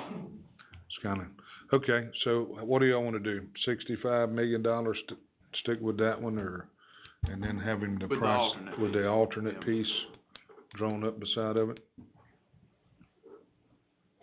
I'd be open to that one. Mhm. Steve, that makes Yeah, sense. as long as we got options, you know, Right. for expansion, That and works. doing what we need to do down the road, and it could be immediately, you know, I think that may be the way to go. That makes sense. Kind of that Sunbridge building, rather than going up. Yeah, I'm inclined to agree with you on that. So you'd pick up, 88 beds, how many beds, if we build one wing out there, how many beds would you pick up on that side? I think the smart move would be to look at the site and see how many.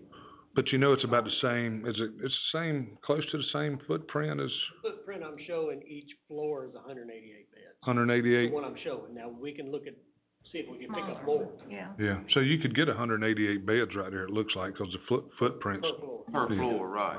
You could start stacking them. Right. That's what you needed to do. So just so these guys know, and that's the reason I'm asking these questions, you can put another 188 beds in that first alternate, really, cause it's gonna fit right there. So instead of you gaining 88 beds, you're gonna gain, what, 260? 260s, yeah. As an alternate, like I said, this thing may come in cheaper than you think, let's hope it does, you know? But I agree with you, it's gonna be a lot less expensive to build it over there than it is gonna be to build it up in the air. Yeah, when you look long-term, coming in later, trying to put sales in after it's been there for 2 to 5 years or Right. whatever, who knows what the cost of that could be then? Right.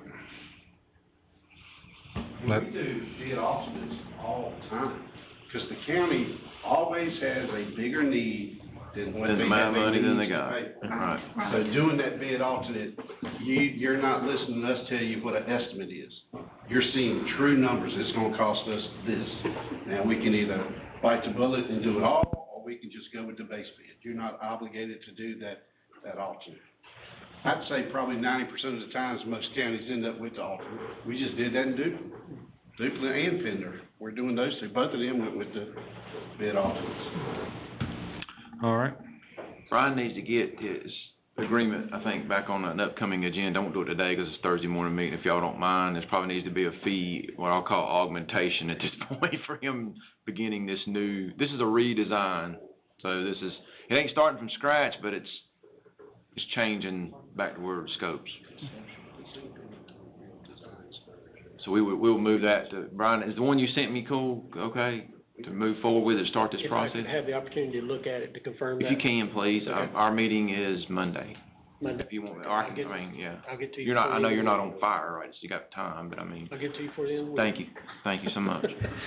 So tomorrow by noon. Tomorrow by noon, now I'm on the clock. Well, I can put, yeah, we I mean, just get it to me, we can get the item We out. could put but, the shell on yeah. and just, and just. I want you to look over make sure what you sent me initially was right before we pull the trigger.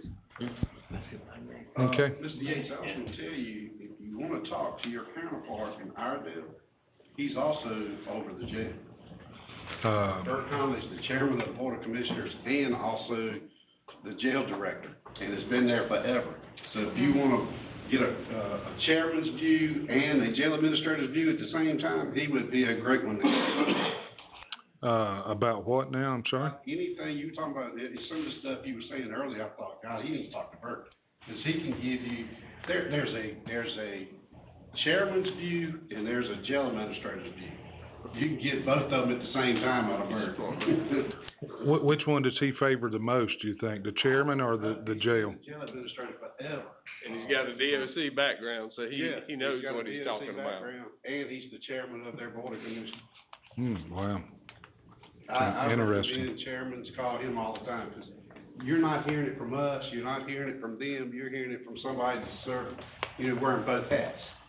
So. Well, I mean, I listen to Major Louis, what he's got to say. Yeah. I mean, he's running our jail. I don't know what Iredell County jails is, but, You should. I look at our statistics and our jail. I mean, what happens there may be totally different from us, so, yep. But no, I mean, The one that went up, Yeah. I'm Yeah, sure I that was the got one it that right. went We out toured when 5 we or 6 did. of them, but I can't remember. They were determined when we did that, it had to be downtown. Yeah, there was no Yeah. space, yeah. It's They the one had that went space straight up, somewhere if y'all else. remember. That's the one Yeah. where Had to be we went through the rest of it. It was dorm spaces. They had everything. Pretty nice that they took us building, through. yeah, but it was straight up. yeah, but they had people laying on the floor and stuff in That their was in the dorms. dorm. The old one, Yeah. the old one's Oh, yeah. a lot like ours now.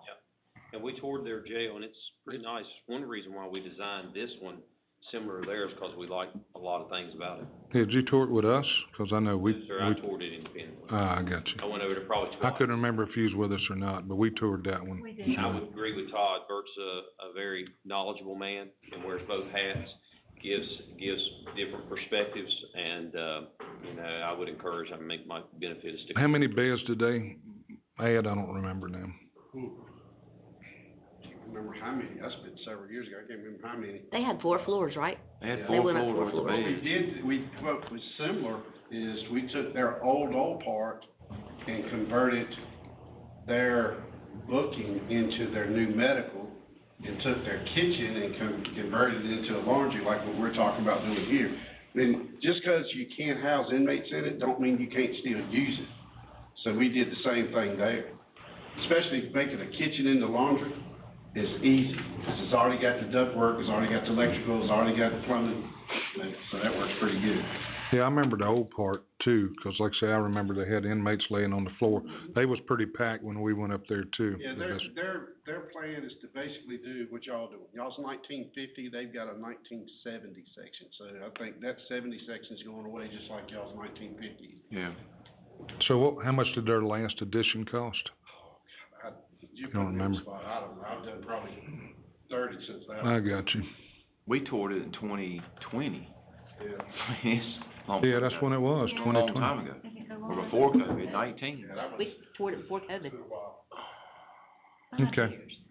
5 years, yeah, so, all right, well, thank you very much. All right, y'all have a great day, see you. Thank you, Sheriff. All right, Thank y'all. Thank you. All right, let me get back to the agenda, that was long there. Yeah, I'll give it back to you. School nurses, Sure. Stoner Thomas. Mr. Chairman, Dr. Slate's here for this item. The next one after this, where I had all 3 superintendents here, I'll just go ahead and forewarn you. The other 2 superintendents had to leave. I wanna talk about what I've got some handouts, but they would like to continue this discussion at the September meeting. I just wanna give you a heads up. So I got some info I want y'all to have related to opioids and the committee and the consultant coordinator deal. But the discussion with the 3 superintendents about spending money in schools for stuff, they would like to continue that. So Dr. Slate's here about school nurse and Stoner Thomas item. All right, you wanna come on up, Dr. Slate? You've had a long morning. Did you learn anything about jails today? More than I've ever wanted to know. We spend as much on them as we do education, so just Well, if we could, on public. have, all of our students highly educated, then hopefully they wouldn't go to jail. That's right, I agree with We that. wouldn't need the big jail. So, Keep them off of drugs. that's right, keep them off drugs, keep them out of, doing foolish stuff out in the community. I think we'd all be in a good place. So, I know that I requested back in, during our budget discussions, to have a full-time nurse at Stoner Thomas. Stoner Thomas does serve all three school systems. Currently, we're using our IDEA, or EC, Exceptional Children's Funds, to fund the nurse out of our budget, out of Davidson County Schools' budget, even though that nurse serves all three school systems at that school. And so that was my request with the commissioners, is to be able to fund that one nurse since it serves all three school districts at that school. So I'm not sure what the conversation was, so Casey, forgive me, I wasn't fully aware that this was on the agenda this morning. I was aware about the opioid conversation, and so I did prep on the opioid conversation. But we took to our Board of Education on Monday night, and it was approved to use IDEA funds for a nurse at Stoner Thomas, along with our other major adaptive classrooms. So we had potentially up to three nurses across the school district for our severe and profound population, for $156,000, not to exceed that. To do one nurse at Stoner Thomas would be approximately about $52,000 for us, unless it was a full-time nurse on staff through the health department, which would be somewhere around $75,000, because benefits come with that, not a contract. Weren't these funds gonna exhaust themselves after a certain period of time? We originally used ESSER dollars to fund the nurse at Stoner Thomas, and those monies sunset last year, of course. So we don't have those. Every year we apply for IDEA funds for through the Individuals with Disabilities and Education Act, to get those monies. Instead of those monies going towards students and teachers, currently now we're having to use them also to fund a nurse for that specific school. So you say it costs you $52,000 now? Well, it's a contracted nurse, so it's not like a full-time on-staff nurse where we'd pay benefits. So when you talk about $52,000, it's $52,000, and we don't pay the benefits. But they come to the school every day? They would come to the school, yes, as needed, yes. So it's just as needed, or are they there all the time? They're as needed right now. It really needs to be all the time. That population really needs somebody there full-time that's housed there, stays there. That's what they do.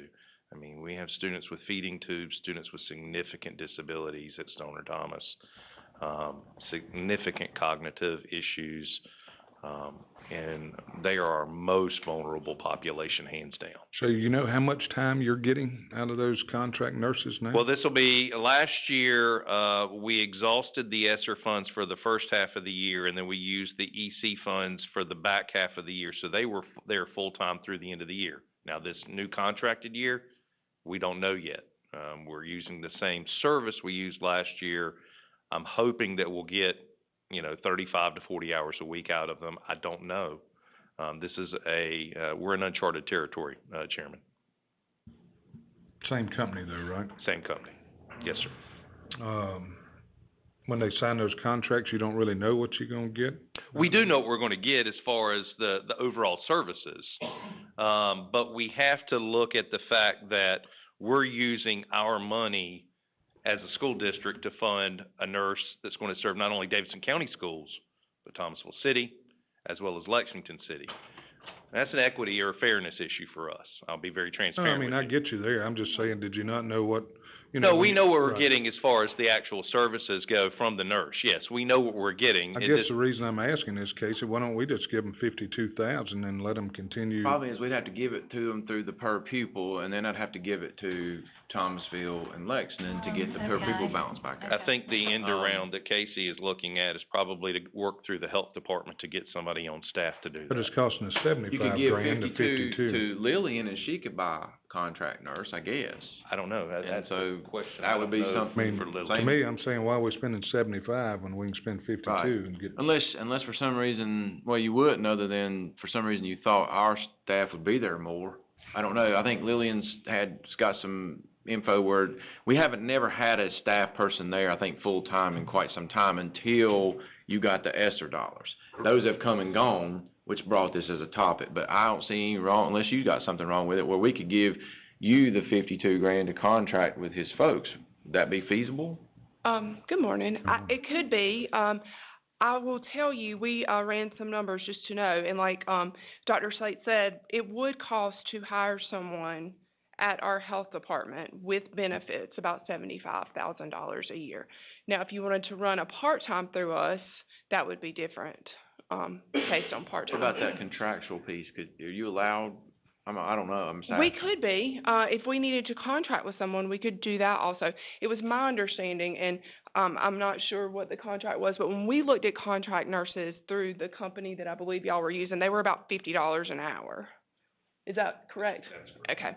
And so that's more, $50 an hour is more than $75,000 for the hours they would so work. So for the 50 he's getting, you must not be getting full-time coverage. We don't pay benefits. We don't have to pay the benefits. Okay. Because the company that we're contracting with takes care of that. So, the way it works for us, a lot of times when we use contracted services, is that company assumes the benefits for the individuals. Right. And so, we pay them a flat fee, and then they provide said individual at whatever hourly rate they're paying them. At your beck and call, though. You get them, you call them as you need them. Yes, so but we don't, we're up to a certain amount and we cannot exceed that. But this ask is for a full-time. Yes, ma'am. A full-time, but without benefits, or. He don't care if they got benefits or not. He just. I'll be honest with you, that the chairman's point, my biggest concern is we just need somebody there at full time. A school nurse. You need a school nurse. I need somebody to help those children. I agree. When you see the. Yeah, and I agree with that too, but I'm saying contractual, if they there every day and you said That's on they the were. company Right. That's their pill to swallow, so to speak. I mean, at $50 an hour times 8 hours a day, it's gonna be significantly more than. Correct. Than 50 grand. Correct. I would assume. Yeah. It's about 80,000. Yeah. I just done the math, times 200, 8 hours a day, 200 work days a year. I don't know, are they in school 200 days? No. No, sir. No, how many days are they in school? 180. 180. So that'd be less. But again, if they're getting it now, she's there full-time now, right, or he? He or she is Right, there currently, will be right. there full-time starting the first day of Right. school. But have been there for 52,000 a year, have been there every day. Yeah, we used ESSER dollars, like I said, for the first half of the year last year, because it sunset December 31. And then we used our own exceptional children's dollars through IDEA for the second half of the year. And one good thing I think about doing it that way, if it's temporary like that, when somebody's on vacation, they just move somebody right on in, and Lillian may do that too, but she may have a harder time. You know, I would think the contracted nurses have a bank of nurses that if somebody's out, they can move them right in. Dr. Slade, I just wanna make sure I got it right, so I'm sorry. Are you running out of money in the middle of this school year, you think, or are you good for this school year and you're asking, is this to like get it prepared for the future? I'm good for this school year. We used exceptional children's dollars through IDEA. The contract was approved Monday night through our Board of Education. And for up to 3 nurses at $156,000, not to exceed that amount. Okay. Through that contractual agreement with the company. What I'm saying, and I'm just being very frank, is, and I think the chairman understands, is I'm footing the bill for 3 school systems. That's right. Yeah. I don't think that's fair. I don't mind footing it for my own, obviously. I think it's unfair that I'm having to absorb the costs for 3 school systems. No, and I got that. I was just trying to figure out, when do you think, were you going, this contract is for the school year? Yes, sir. Okay, all right. Yes, sir. Because I had to have somebody in place. I only have 1 board meeting a month. All right. So he's already got it worked out this year, So I had no choice but to get it So worked out. really, what we need to do is have a conversation with Lexington and Thomasville and say, Hey. could you ante up Yes. your part, right, Casey? Well, it sounds like he's out after this school year. I mean, they could do it for this year and fix the problem, but after that, it's gone. I mean, we could budget it again in EC funds again the next year, but I would prefer that we come together, the 3 school systems in the county to That's make right, this I work. agree, that's what makes it fair. Correct. That's what I'm advocating for. I agree. I mean, so it's about 72 grand to do 8 hours a day times $50 times 180 school days or whatever we're talking. Give or take, yes, sir. I guess we're negligible in terms of contractual versus putting it over here. Well, now, he just said they're paying 52. Correct, but what he's saying, if they do it that rate, Yeah. that includes benefits for that individual. No. Well, that's not every day. Yours is not every day, 52, they may not. Mine is, but I don't It's pay the every day. benefits. Right. Oh, okay. He's just saying they're paying 52 a year, Casey, so, they're paying 52 a year. Yeah, I know he is. For I'm saying full-time, after right. if he decides to stop, our two choices sound like we either put one in the health department that's a county employee, or we contract with somebody, you said $50 an hour. So I was thinking, That was during COVID, so I'm not sure what the rate would be now. well, it might be good to check on the rates. Well, I and would see say what we they are. just use the same people he's using and give them the 52,000 a year. Well, I mean, can't he's give it to using him. somebody now. I huh? can't give it to him because then I gotta give it to the other two. Well, could you not give it to the other two and say, look, y'all need to give it? I could take the 52 and spread it amongst the three of them. I could do it that way. And then everybody's got to know they've got then a we have a piece, line item. they've got a piece Right, of this right. thing to do. Right. But I guess we'd be starting that, what, next budget year? Yeah, we can start having that conversation like we did with past budgets in October and November. And I guess we need to Right. talk to, Dr. Williams and Dr. Hardy as well. Yes, sir. I think that would work. And I think they'd understand that for Oh, sure. absolutely, Yeah. absolutely. I think we all are on the same page. We just try to figure out how to make this work. And you're satisfied with the services you're getting now from the, As of right now, yeah. as of right now. So I don't have any complaints as of today. And they've been with you, how long? Several years? So they've been with us for the past year, and before that, they were emergency nurses through the ESSER funds. The concern that I have is, that population needs some stability and continuity with the same nurse. Don't always have that when you do contractual nurses. Right. That's the one concern I would say that I have.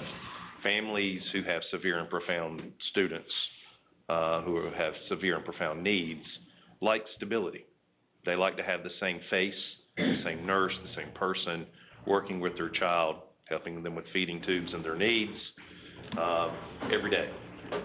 When you're dealing with contractual pieces, that doesn't always work that way. But has it been that way? I mean, has it been pretty much? We were fortunate enough last year to have the same nurse for the whole year. Right. I can't guarantee that in the future. Well, see how it works. I mean, if that changes, then, Yes, sir. you know, I guess, what y'all's thoughts? Yeah, same? Okay. Thank y'all. All right, we're gonna talk about Thanks. opioid, when next? Yep.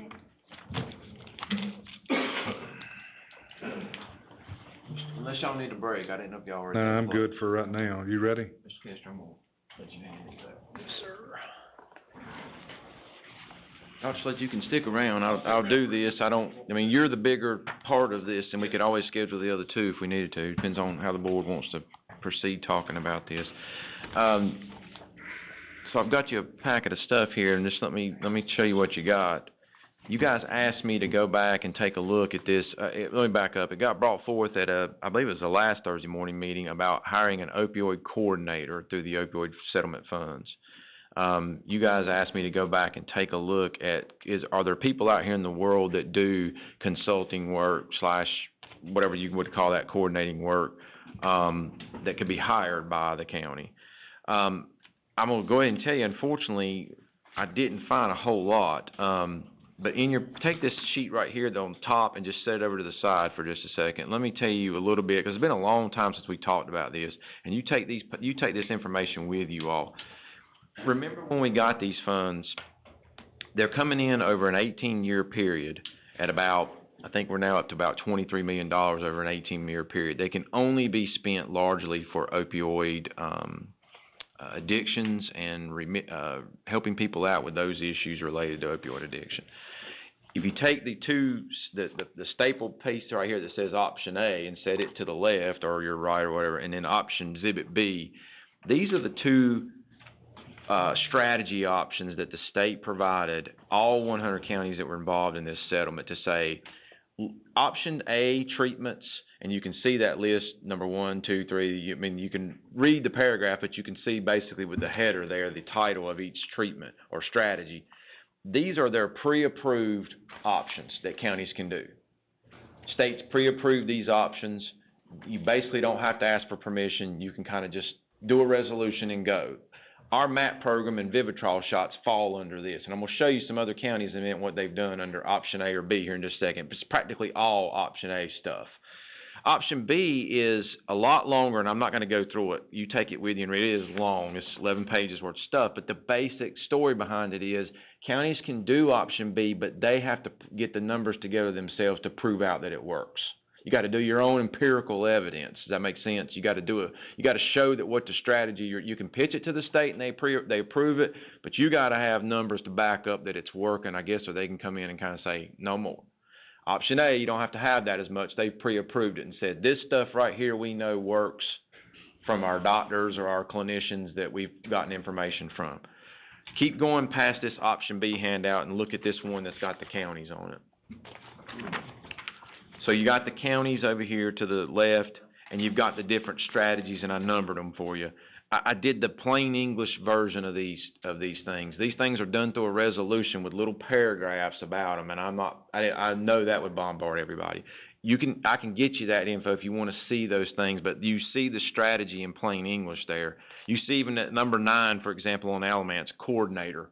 That's kind of what you'll see, that kind of stuff. There's the dollar amounts that they're selecting. I called it clinically based strategies versus county proven. It's basically option A versus option B.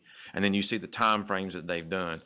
Alamante's done about $2.5 million, $2 million in Rowan. Randolph's done about 1.2. Davy's done a lot, about 3.9, and we've done just shy of $1 million with our Vivitrol and our peer support specialists and things like that.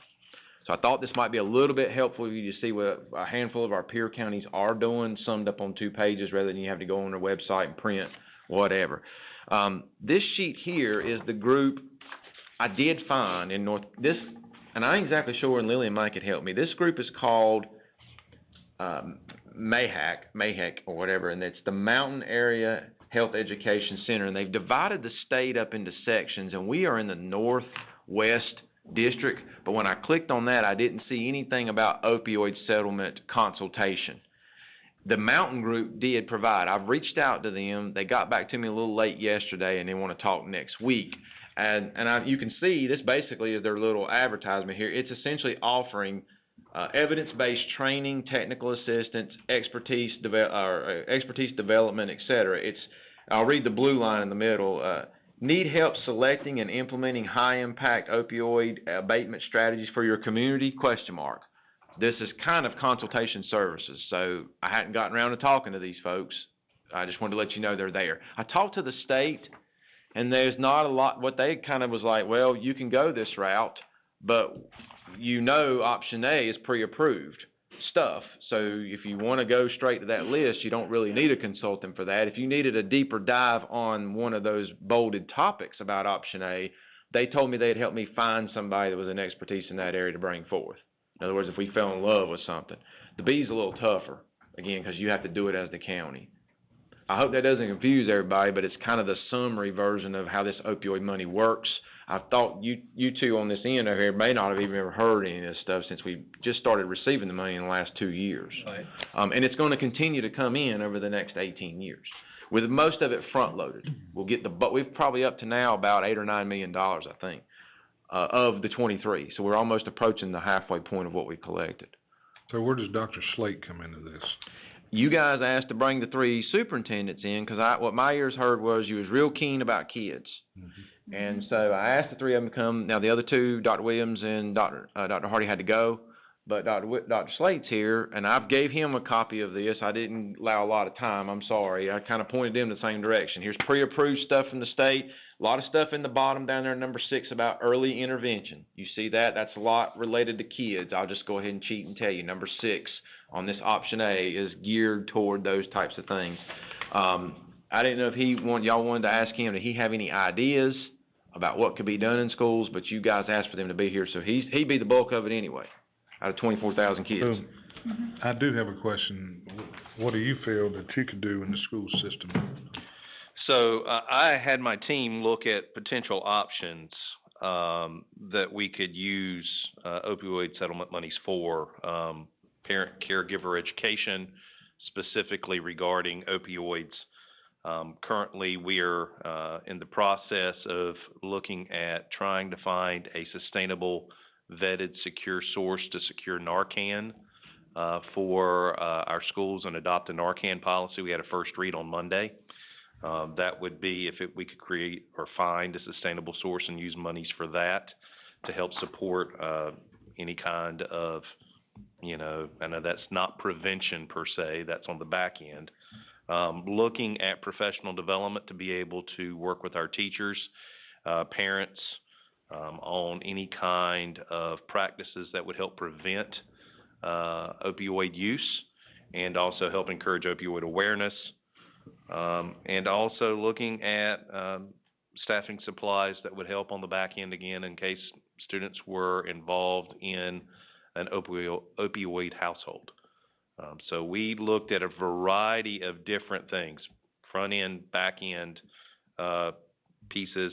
On the community side, since we know that folks in the community typically go through their schools for a lot of resources, looking at substance abuse programs to be housed in our schools, possibly in the evenings, to help support families, to make decisions that would help prevent opioid abuse. Those were a few of the things we talked about, Mr. Chairman, and Commissioners, just on kind of starting to broach that topic, because, as Casey alluded, not a lot of time to look at this, but we started putting our heads together to try to come up with things that would help support the community, support our schools, support our students, support our staff on the front end as well as on the back end.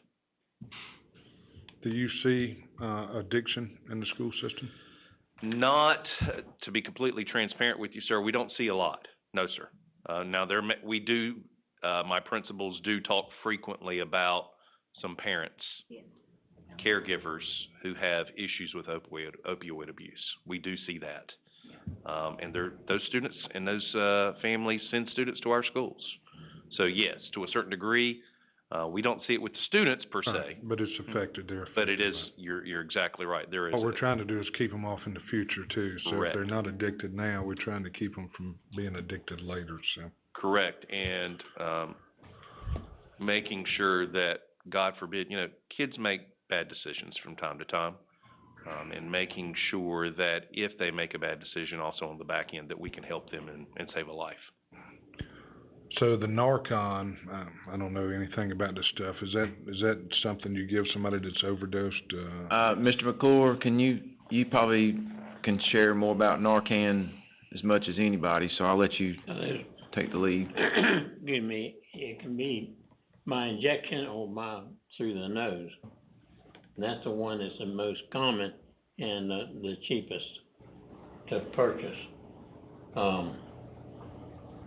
I had looked several times in it, trying to find a source for the Narcan. There are people around that's got stuff. This Loomis guy says that he can provide us with that. I didn't pursue it because we hadn't gone any place there with it. But has to get, the other thing is not all of your schools are going to want those Narcans with teachers. They might put one in the office or someplace like that. In reality, you don't need one about 4 blocks away because you can't get the person to raise them anyway. But that would be something that we could work on, I think, is getting Narcan in all of the law enforcement folks. I think hospital have got it. But those are some areas that you can work on. So you said you've looked in a little bit for Narcan, and it's maybe a little bit of a problem. So the key for that is it has to be sustainable. It has to be a vetted source. It can't just be a John Q. Public guy off the street who says, yeah, I can secure it through a grant for a year or for 6 months or whatever it may be. I feel much more comfortable if I get it through a reliable medical source that says we can continue this process, can continue this sustainability. The school district is not looking at a prescribed Narcan. We're looking at the over-the-counter Narcan, that we would, need for that purpose. But like I said, Mr. Chairman, the key for us it has to be sustainable. This isn't something that can go away, because we want to make sure that we train people appropriately. We develop procedures around it. This is all new, I think, for everybody. That's right. And so we're all looking at being on the cutting edge and being able to support schools and support staff and support families.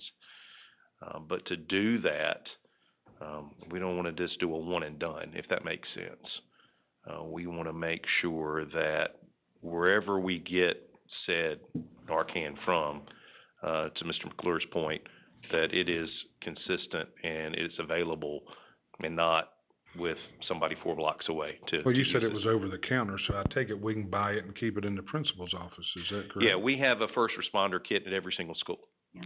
Where our EpiPens are in case somebody gets stung by a bee or has a peanut butter reaction or something of that nature, where it's also available to use AEDs in case somebody, needs, goes into cardiac arrest. So we would have that with that kit. And the key is to be able to the point of some of this opioid money, we would need to be able to train staff and train our first responders on how to use this. Because from what I've been told, somebody is having an overdose or an issue with some fentanyl or whatever it may be, and they give them Narcan, they're not a friendly human being when they come out of it. And they come out swinging, so to speak. They can. They can, yes, sir. And so we need to make sure that people are aware and trained of what's the response with all of this. Like I said, it's all new, so we're going to need to have some training. We're going to need to make sure that we have a procedure in place, and we're going to need to make sure we have that sustainable source. I have a question. Could your SROs, since all the schools have SROs, be a part of this? I know that the SROs carry it in their cars, Right. but from what I'm understanding, that is for SROs who may have been exposed to it, or for folks out in the community. It's not for students. That's what has been shared with me. Okay. Now, I can't be 100% certain on that, Commissioner Watford, but that's what has been shared with me. But I thought your question was can they not administer? It looks like to me they could administer it, but you're saying probably I not. have not been told that they can, and it is not within our SRO MOU. Anybody can. I know that they could, but it's been There's a it's waiver not of within our liability. MOU. Okay. If something happens. That is not a piece within our MOU. It's a waiver of a liability, In other words, if they give them a Narcan and it doesn't work, they can't say they didn't do it right or anything else. They are absorbed in liability. well, and that brings up another question. Can we give a kid without permission Narcan? Yeah. Yes, you can. We can? Good Samaritan law, from what I'm understanding, would allow us to do that with our first responders. The thing about the Narcan is it is not effective for anything else. Right. So if you give it to them and they're not an opiate, it doesn't do anything. Correct. But It's life-saving. and there's a new drug, a synthetic drug that's on the market now that's supposed to be 5 or 10 times more than fentanyl. Ooh, I didn't know that. What does Narcan cost a dosage? Does anybody have I any don't know idea? that, sir. Y'all have any idea? I don't know either. I don't have a good. I've heard $50 I mean, $50? Yeah, you can see it, they sell it at the pharmacy counter. Do they really? Yeah, you can buy it over the counter, yeah. Mr. Jones, is that the non-prescription version? Yeah, I think it's a non-prescription version that you can just buy, Because I know there's a prescription version and then there's a non-prescription version, and we would do the non. At Walgreens this past week was the first time I'd ever seen it on the hook, and I thought, okay. I've never seen it. I mean, I think we need that. I don't know what y'all think, just. All I know is, as an officer, we have that in our patrol cars, we have it in every courtroom, because a lot of times the window of opportunity to save somebody is instantaneous. I mean, if they're exposed to fentanyl and you don't pop them that very quickly, you can't wait for an ambulance to come. They're gonna be dead before the ambulance gets there. So you have to have it on site, and even if the teachers had it in the classrooms. As long as it was kept safe, that's the They problem. could keep it locked up, but I'm saying it has to be administered really quickly or the window of opportunity to save that kid's done. And I'd be afraid the kids in the classrooms would Yeah, I would I hear steer you. away from having it in a classroom with a teacher. I would How have open to it have is. it with the first responder. They have, a lot of the places have vending machines that they put the Narcan in there. And all you can go in there and pull it. It's not gonna hurt you if you've not been exposed to it. And they don't. You can pop it, and if you haven't been exposed, it's not gonna hurt you. Right.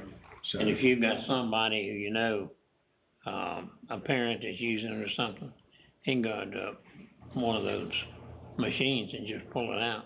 And You they know have how somebody kids to are. They'd be- refurbish the If they knew That's what like was you at, do they'd be candy. grabbing it, popping their buddy with it. They just put it out. Then you'd have mama calling up and going. Yeah. I hear Do you, I what? mean, it needs to be in the classroom. Yeah.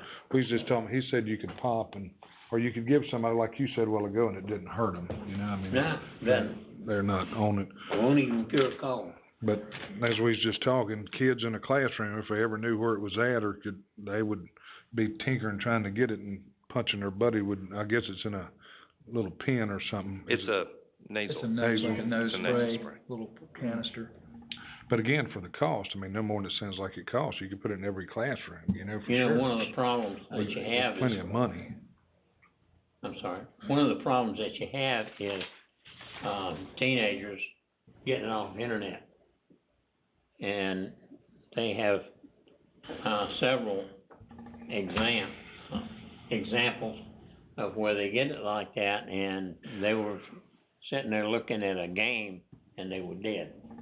Yeah. Because they took one of those things.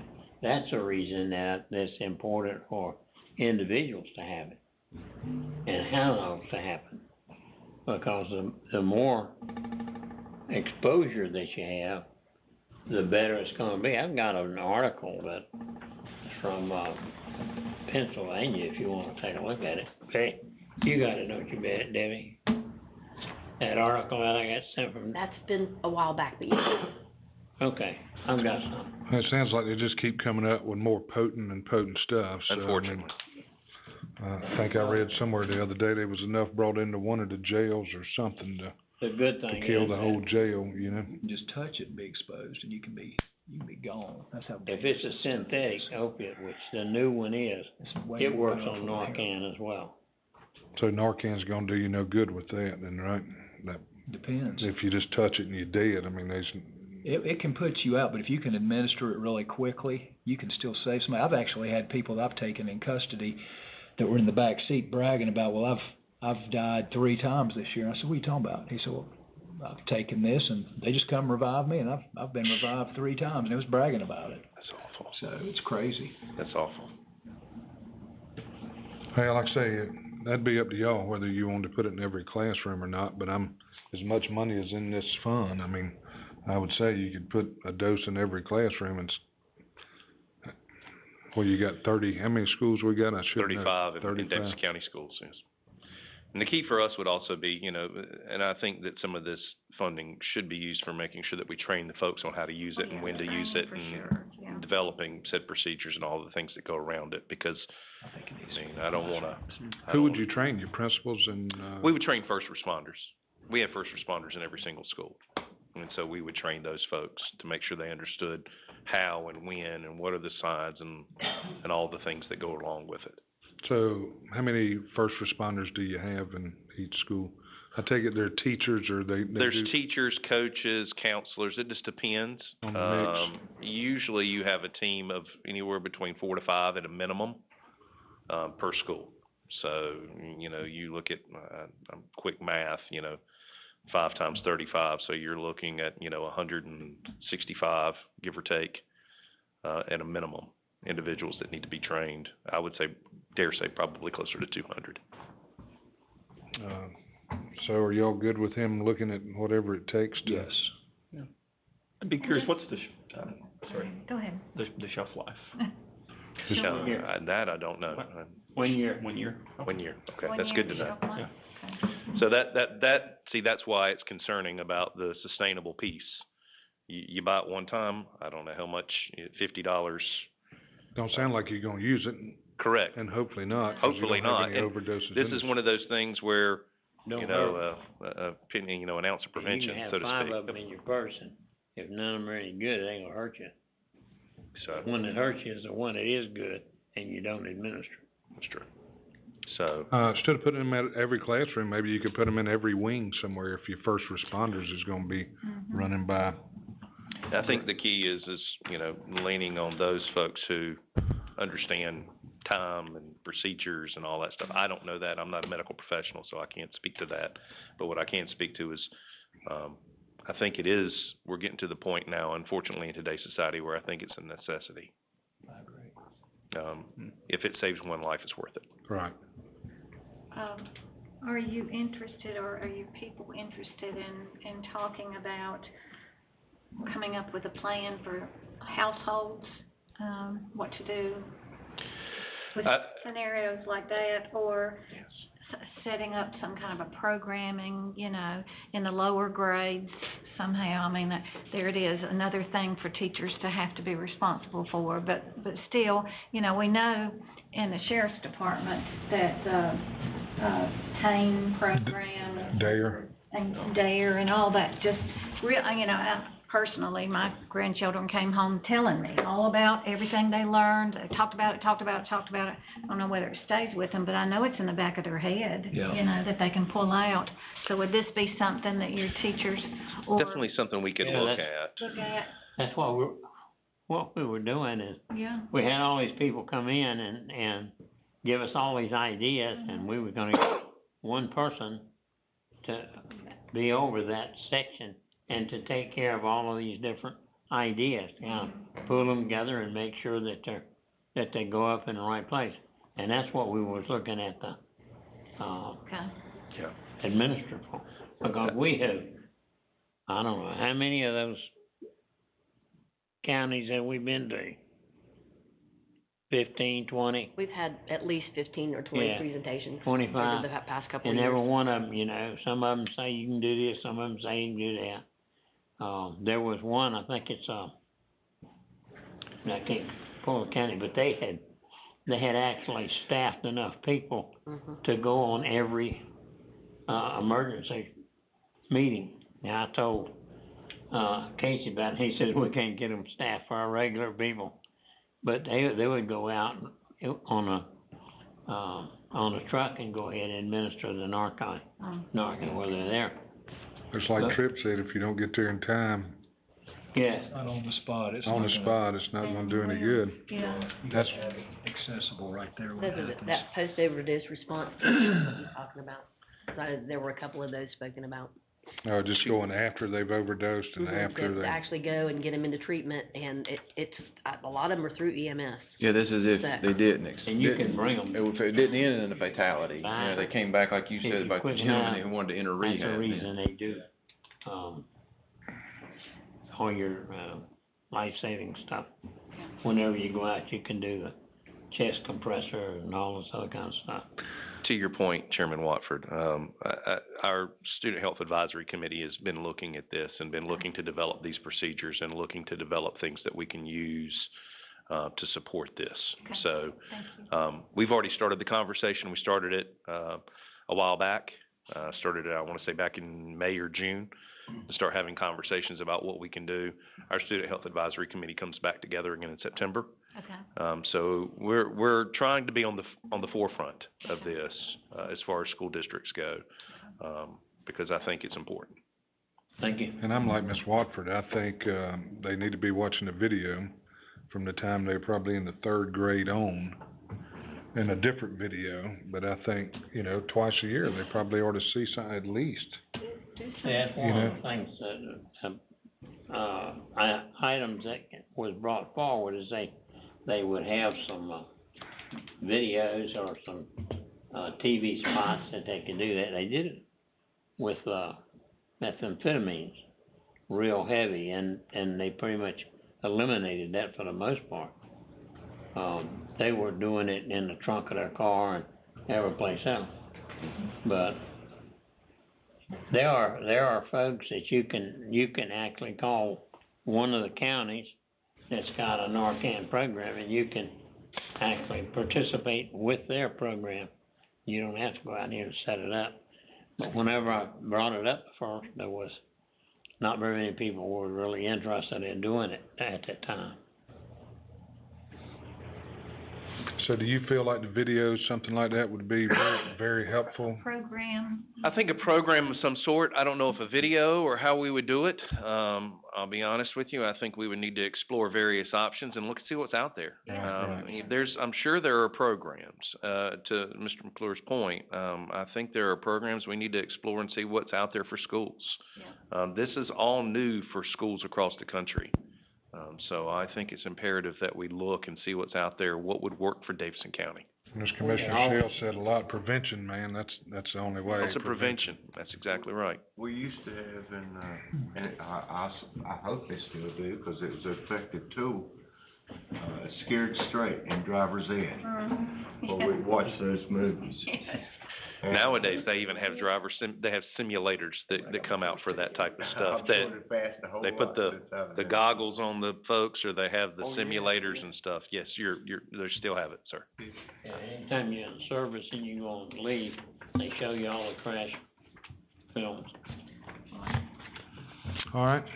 Well, I Thank guess, y'all. thank you very much. Just come back to us when you get something, I guess, and, If you wanna work up some cost and what you wanna do, I'm gonna get with the other two as well and have it, and let's just shoot to get back to September, but you develop your plan part of it, cause we'll need a lot of details to get a resolution to do, they have to do a resolution and send it to the state and. It's gonna take well, like I said, our State Health Advisory Committee is the one that's responsible for this. Okay.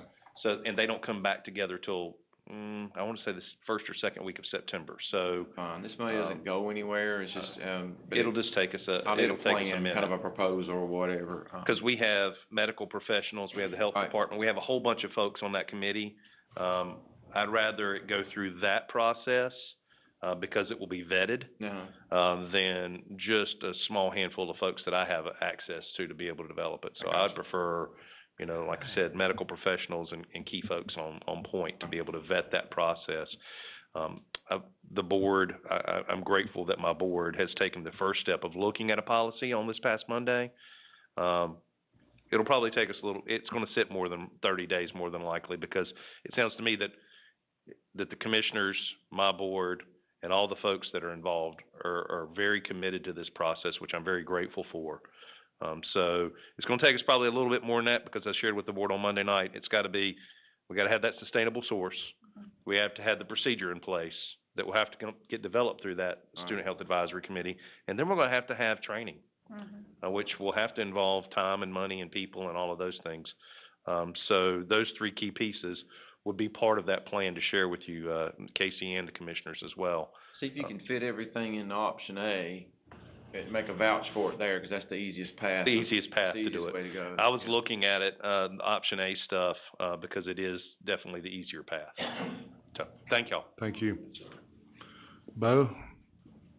Come on up. Are we done with that one, Mr. Chairman? I think so. Okay. I didn't know if y'all needed to talk about this group, or you want me to, I don't need to talk about them if y'all don't. I'll cancel the meeting with them if y'all don't wanna hear from them, or this group out of Asheville for the consulting part of this stuff. Are we good with that now? I guess it don't hurt for you to listen to see what they got to say. I can flush them out at least. What do you charge? What have you been doing in other counties? Right, what you've been doing in other counties. Right. Like I say, it looks like everybody's doing the same thing pretty much here. A lot of it. And why would you stumble when I'm talking? Yep. Poor Bo, he's got a quick building code update issue he thought everybody needed to hear just in one place rather than tell me all. I'll try to be brief. This is basically just more or less just an informational, that I felt as a professional courtesy would be worth sharing with you all. 'Cause even in minor ways, it could have a effect on decisions from other parties that are brought before you. Can you hear me okay? Yeah. North Carolina's code is amended to the International Building Code, and we have a 6-year code cycle. We are currently on the 2018 code, which our next cycle was supposed to be 2024. That has been delayed, and some of that has to do with the result of a House bill, House Bill 488. Our governing body was the Building Code Council. That bill brought into effect of dividing the Building Code Council into 2 councils, one for commercial, one for residential. Those members have to be appointed by the governor, the General Assembly, approved and agreed upon, and right now that is in limbo. We do not have an appointed residential code council, so that has put a freeze on our next code cycle, the 2024. That was supposed to be effected, the delayed original effective date was January 1st of this year. That got pushed out to July 1st. That got postponed again. The closest date that I've heard anybody anticipate is hoped to be by the end of the year. It could run longer. When that does come into effect, where the state would normally give a 6-month grace period to prepare public for the use of a new cycle, they're going to extend that and give a year grace long period for that new code cycle to be used. The biggest takeoff of that can be in addition to that House Bill 488, residential code covered single and 1 and 2 family dwellings, homes and duplexes. The general statute law that's been passed has approved it to go to triplexes and quadplexes. But we don't have a code to give a guideline for the law at the general statute level that's been passed. So it's a little messy. So the state has handed down that while we're in this limbo, for triplexes and quadplexes to build them with their fire separation walls as you would a townhouse, and use the 2018's guidelines for townhouses as the interim.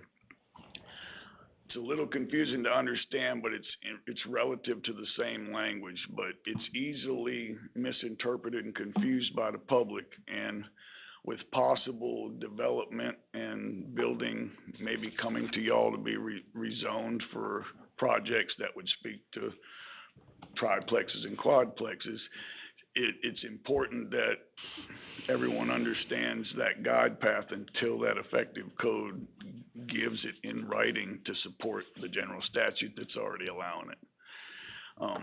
I know it's really just important to the developer, right? It is, but not really that important to us. I mean, developers. Right, but in the sense, number of units on a lot at one time, the residential code stopped it at 2 and made you go commercial, which took you into sprinklers. And the big savings and takeaway from that is now they can go unlimited out of the residential code, not sprinklered. But if they don't understand the separation values in between each set of units, be 2, 3, or 4, for however many they're doing, that's allowed on a lot that might be rezoned for the footage that allows that, as well as the walls. Again, it's not for you all, but it's if it helps in the decision process to refer them to our department, we're here to help educate and guide them down that. Some of the confusion with the public is almost, I've been asked, are we going to deny permits until this is clear? And that's not the case. We are going to sell permits. There is a guidance path. We have to walk people through that and help them understand that they know duplexes, triplexes, quadplexes, and what the requirements will be until we actually get something in a published fashion that we can enforce. Because that's the other reason that the 2024 is not published yet either. So it's a little messy on the legislative end. It wasn't intended. Timelines overlapped that created the other side to it is to be mindful of the design side of it.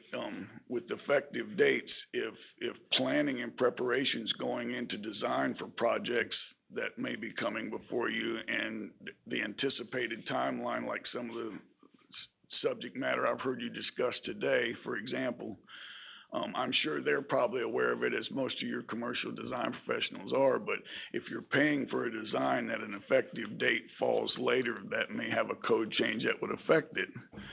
that could affect an overall budget number, maybe in a little way, maybe in a larger way, but I don't mind updating as the effective dates, excuse me, come effective, but right now, we're still using the 2018 as an interim, both for residential and commercial. That's basically it.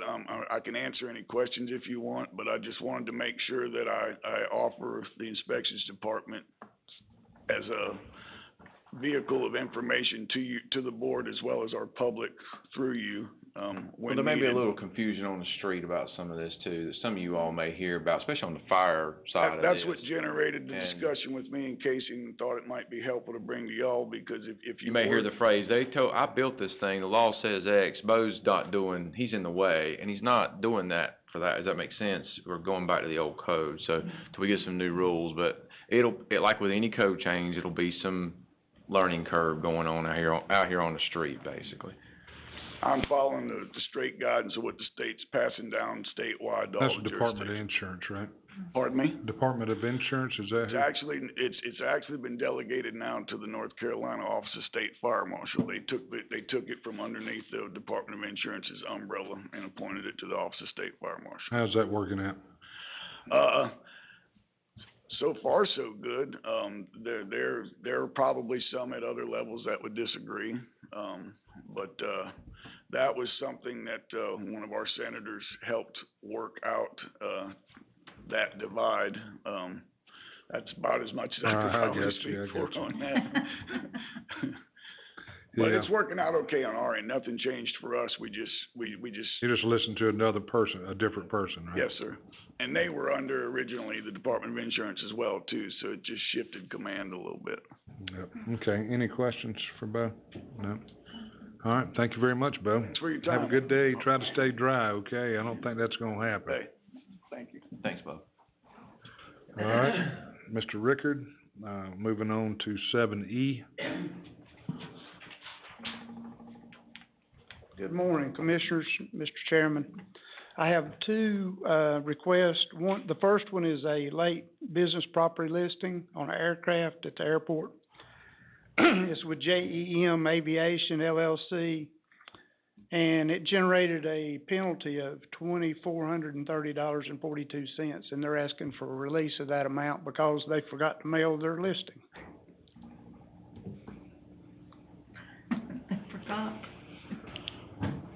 That's the story I got. They've got the letter. I think you have the letter in your packet from JEM. It's a new aircraft purchased at the end of December, and they claim it slipped through their radar. I don't know how a $4.5 million aircraft slips through your radar, but. It's according to how much stuff you got going on, I okay? guess so. There you go. It's all relative. I imagine to buy a $4.5 million aircraft, I got a lot of stuff going on. Right. And this is just the penalty from them? This is just a penalty, yeah, on the late list. How much was their, tax on it? The tax is $24,304.16. It's a $4.5 million aircraft, so. So we hadn't done this It was before? an expensive mistake. No, we haven't done this before, that I know of. Mhm. What does the rest of the board feel about this? I mean, Said that somebody, before 2024, their tax bills were paid on time.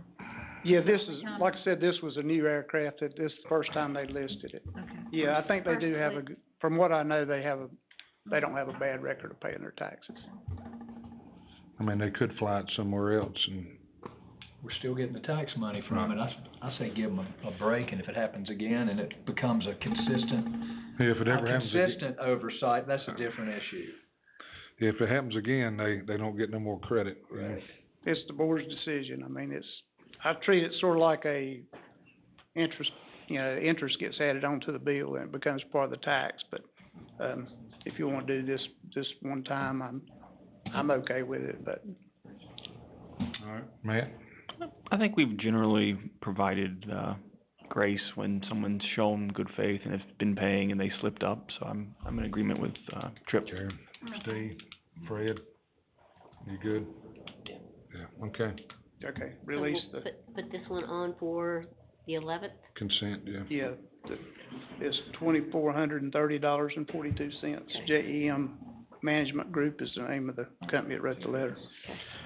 The other one's a little more straightforward. It's one of your typical HOAs that, he's got a detailed explanation in his letter from, Chirillo and Wagner. Mark Chirillo wrote this letter, and it recorded the deed in the wrong county, and it was just a comedy of errors, sort of, but it led to a late application, and we typically approve these, especially for HOAs. I like that comedy of errors, Yeah, it was. I need to If you read use that letter, it got recorded in the wrong county, and it just went on and on and on. What's the value on that one? I'm not sure, it's just a common area that's left from the development of like a, condo complex. He says in his letter that it's mostly, I think it's in a floodplain, and it serves no real purpose other than drainage and, sewer easements and, Okay, so what are you asking us to do with it? approve the late application. The late application, okay. Everybody good with that? Yep, all right. Should put this on for 8/11 too?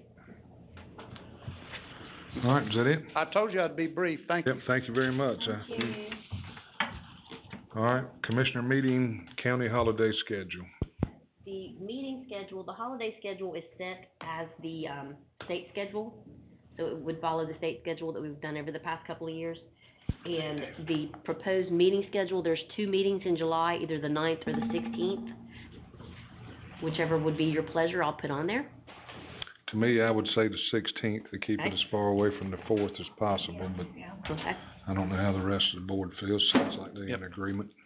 We've not had someone go to the summer NACO conference for several years, so it just doesn't make any sense to avoid it anymore. So, the 16th. And I'll put this on Monday for approval if that's okay, but both of these on. Sounds good. Okay. All right, can I get a motion to go into closed session, after a 5-minute recess? Motion. Second? Second. All in favor? Aye.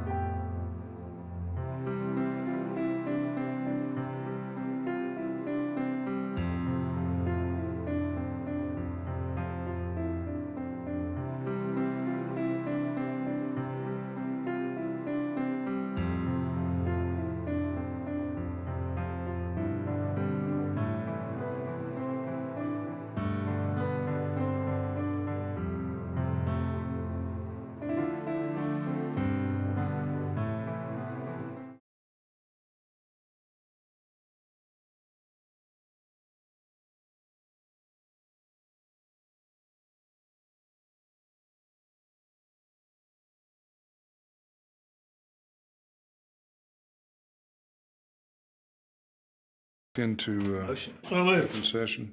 Second? Second? Second?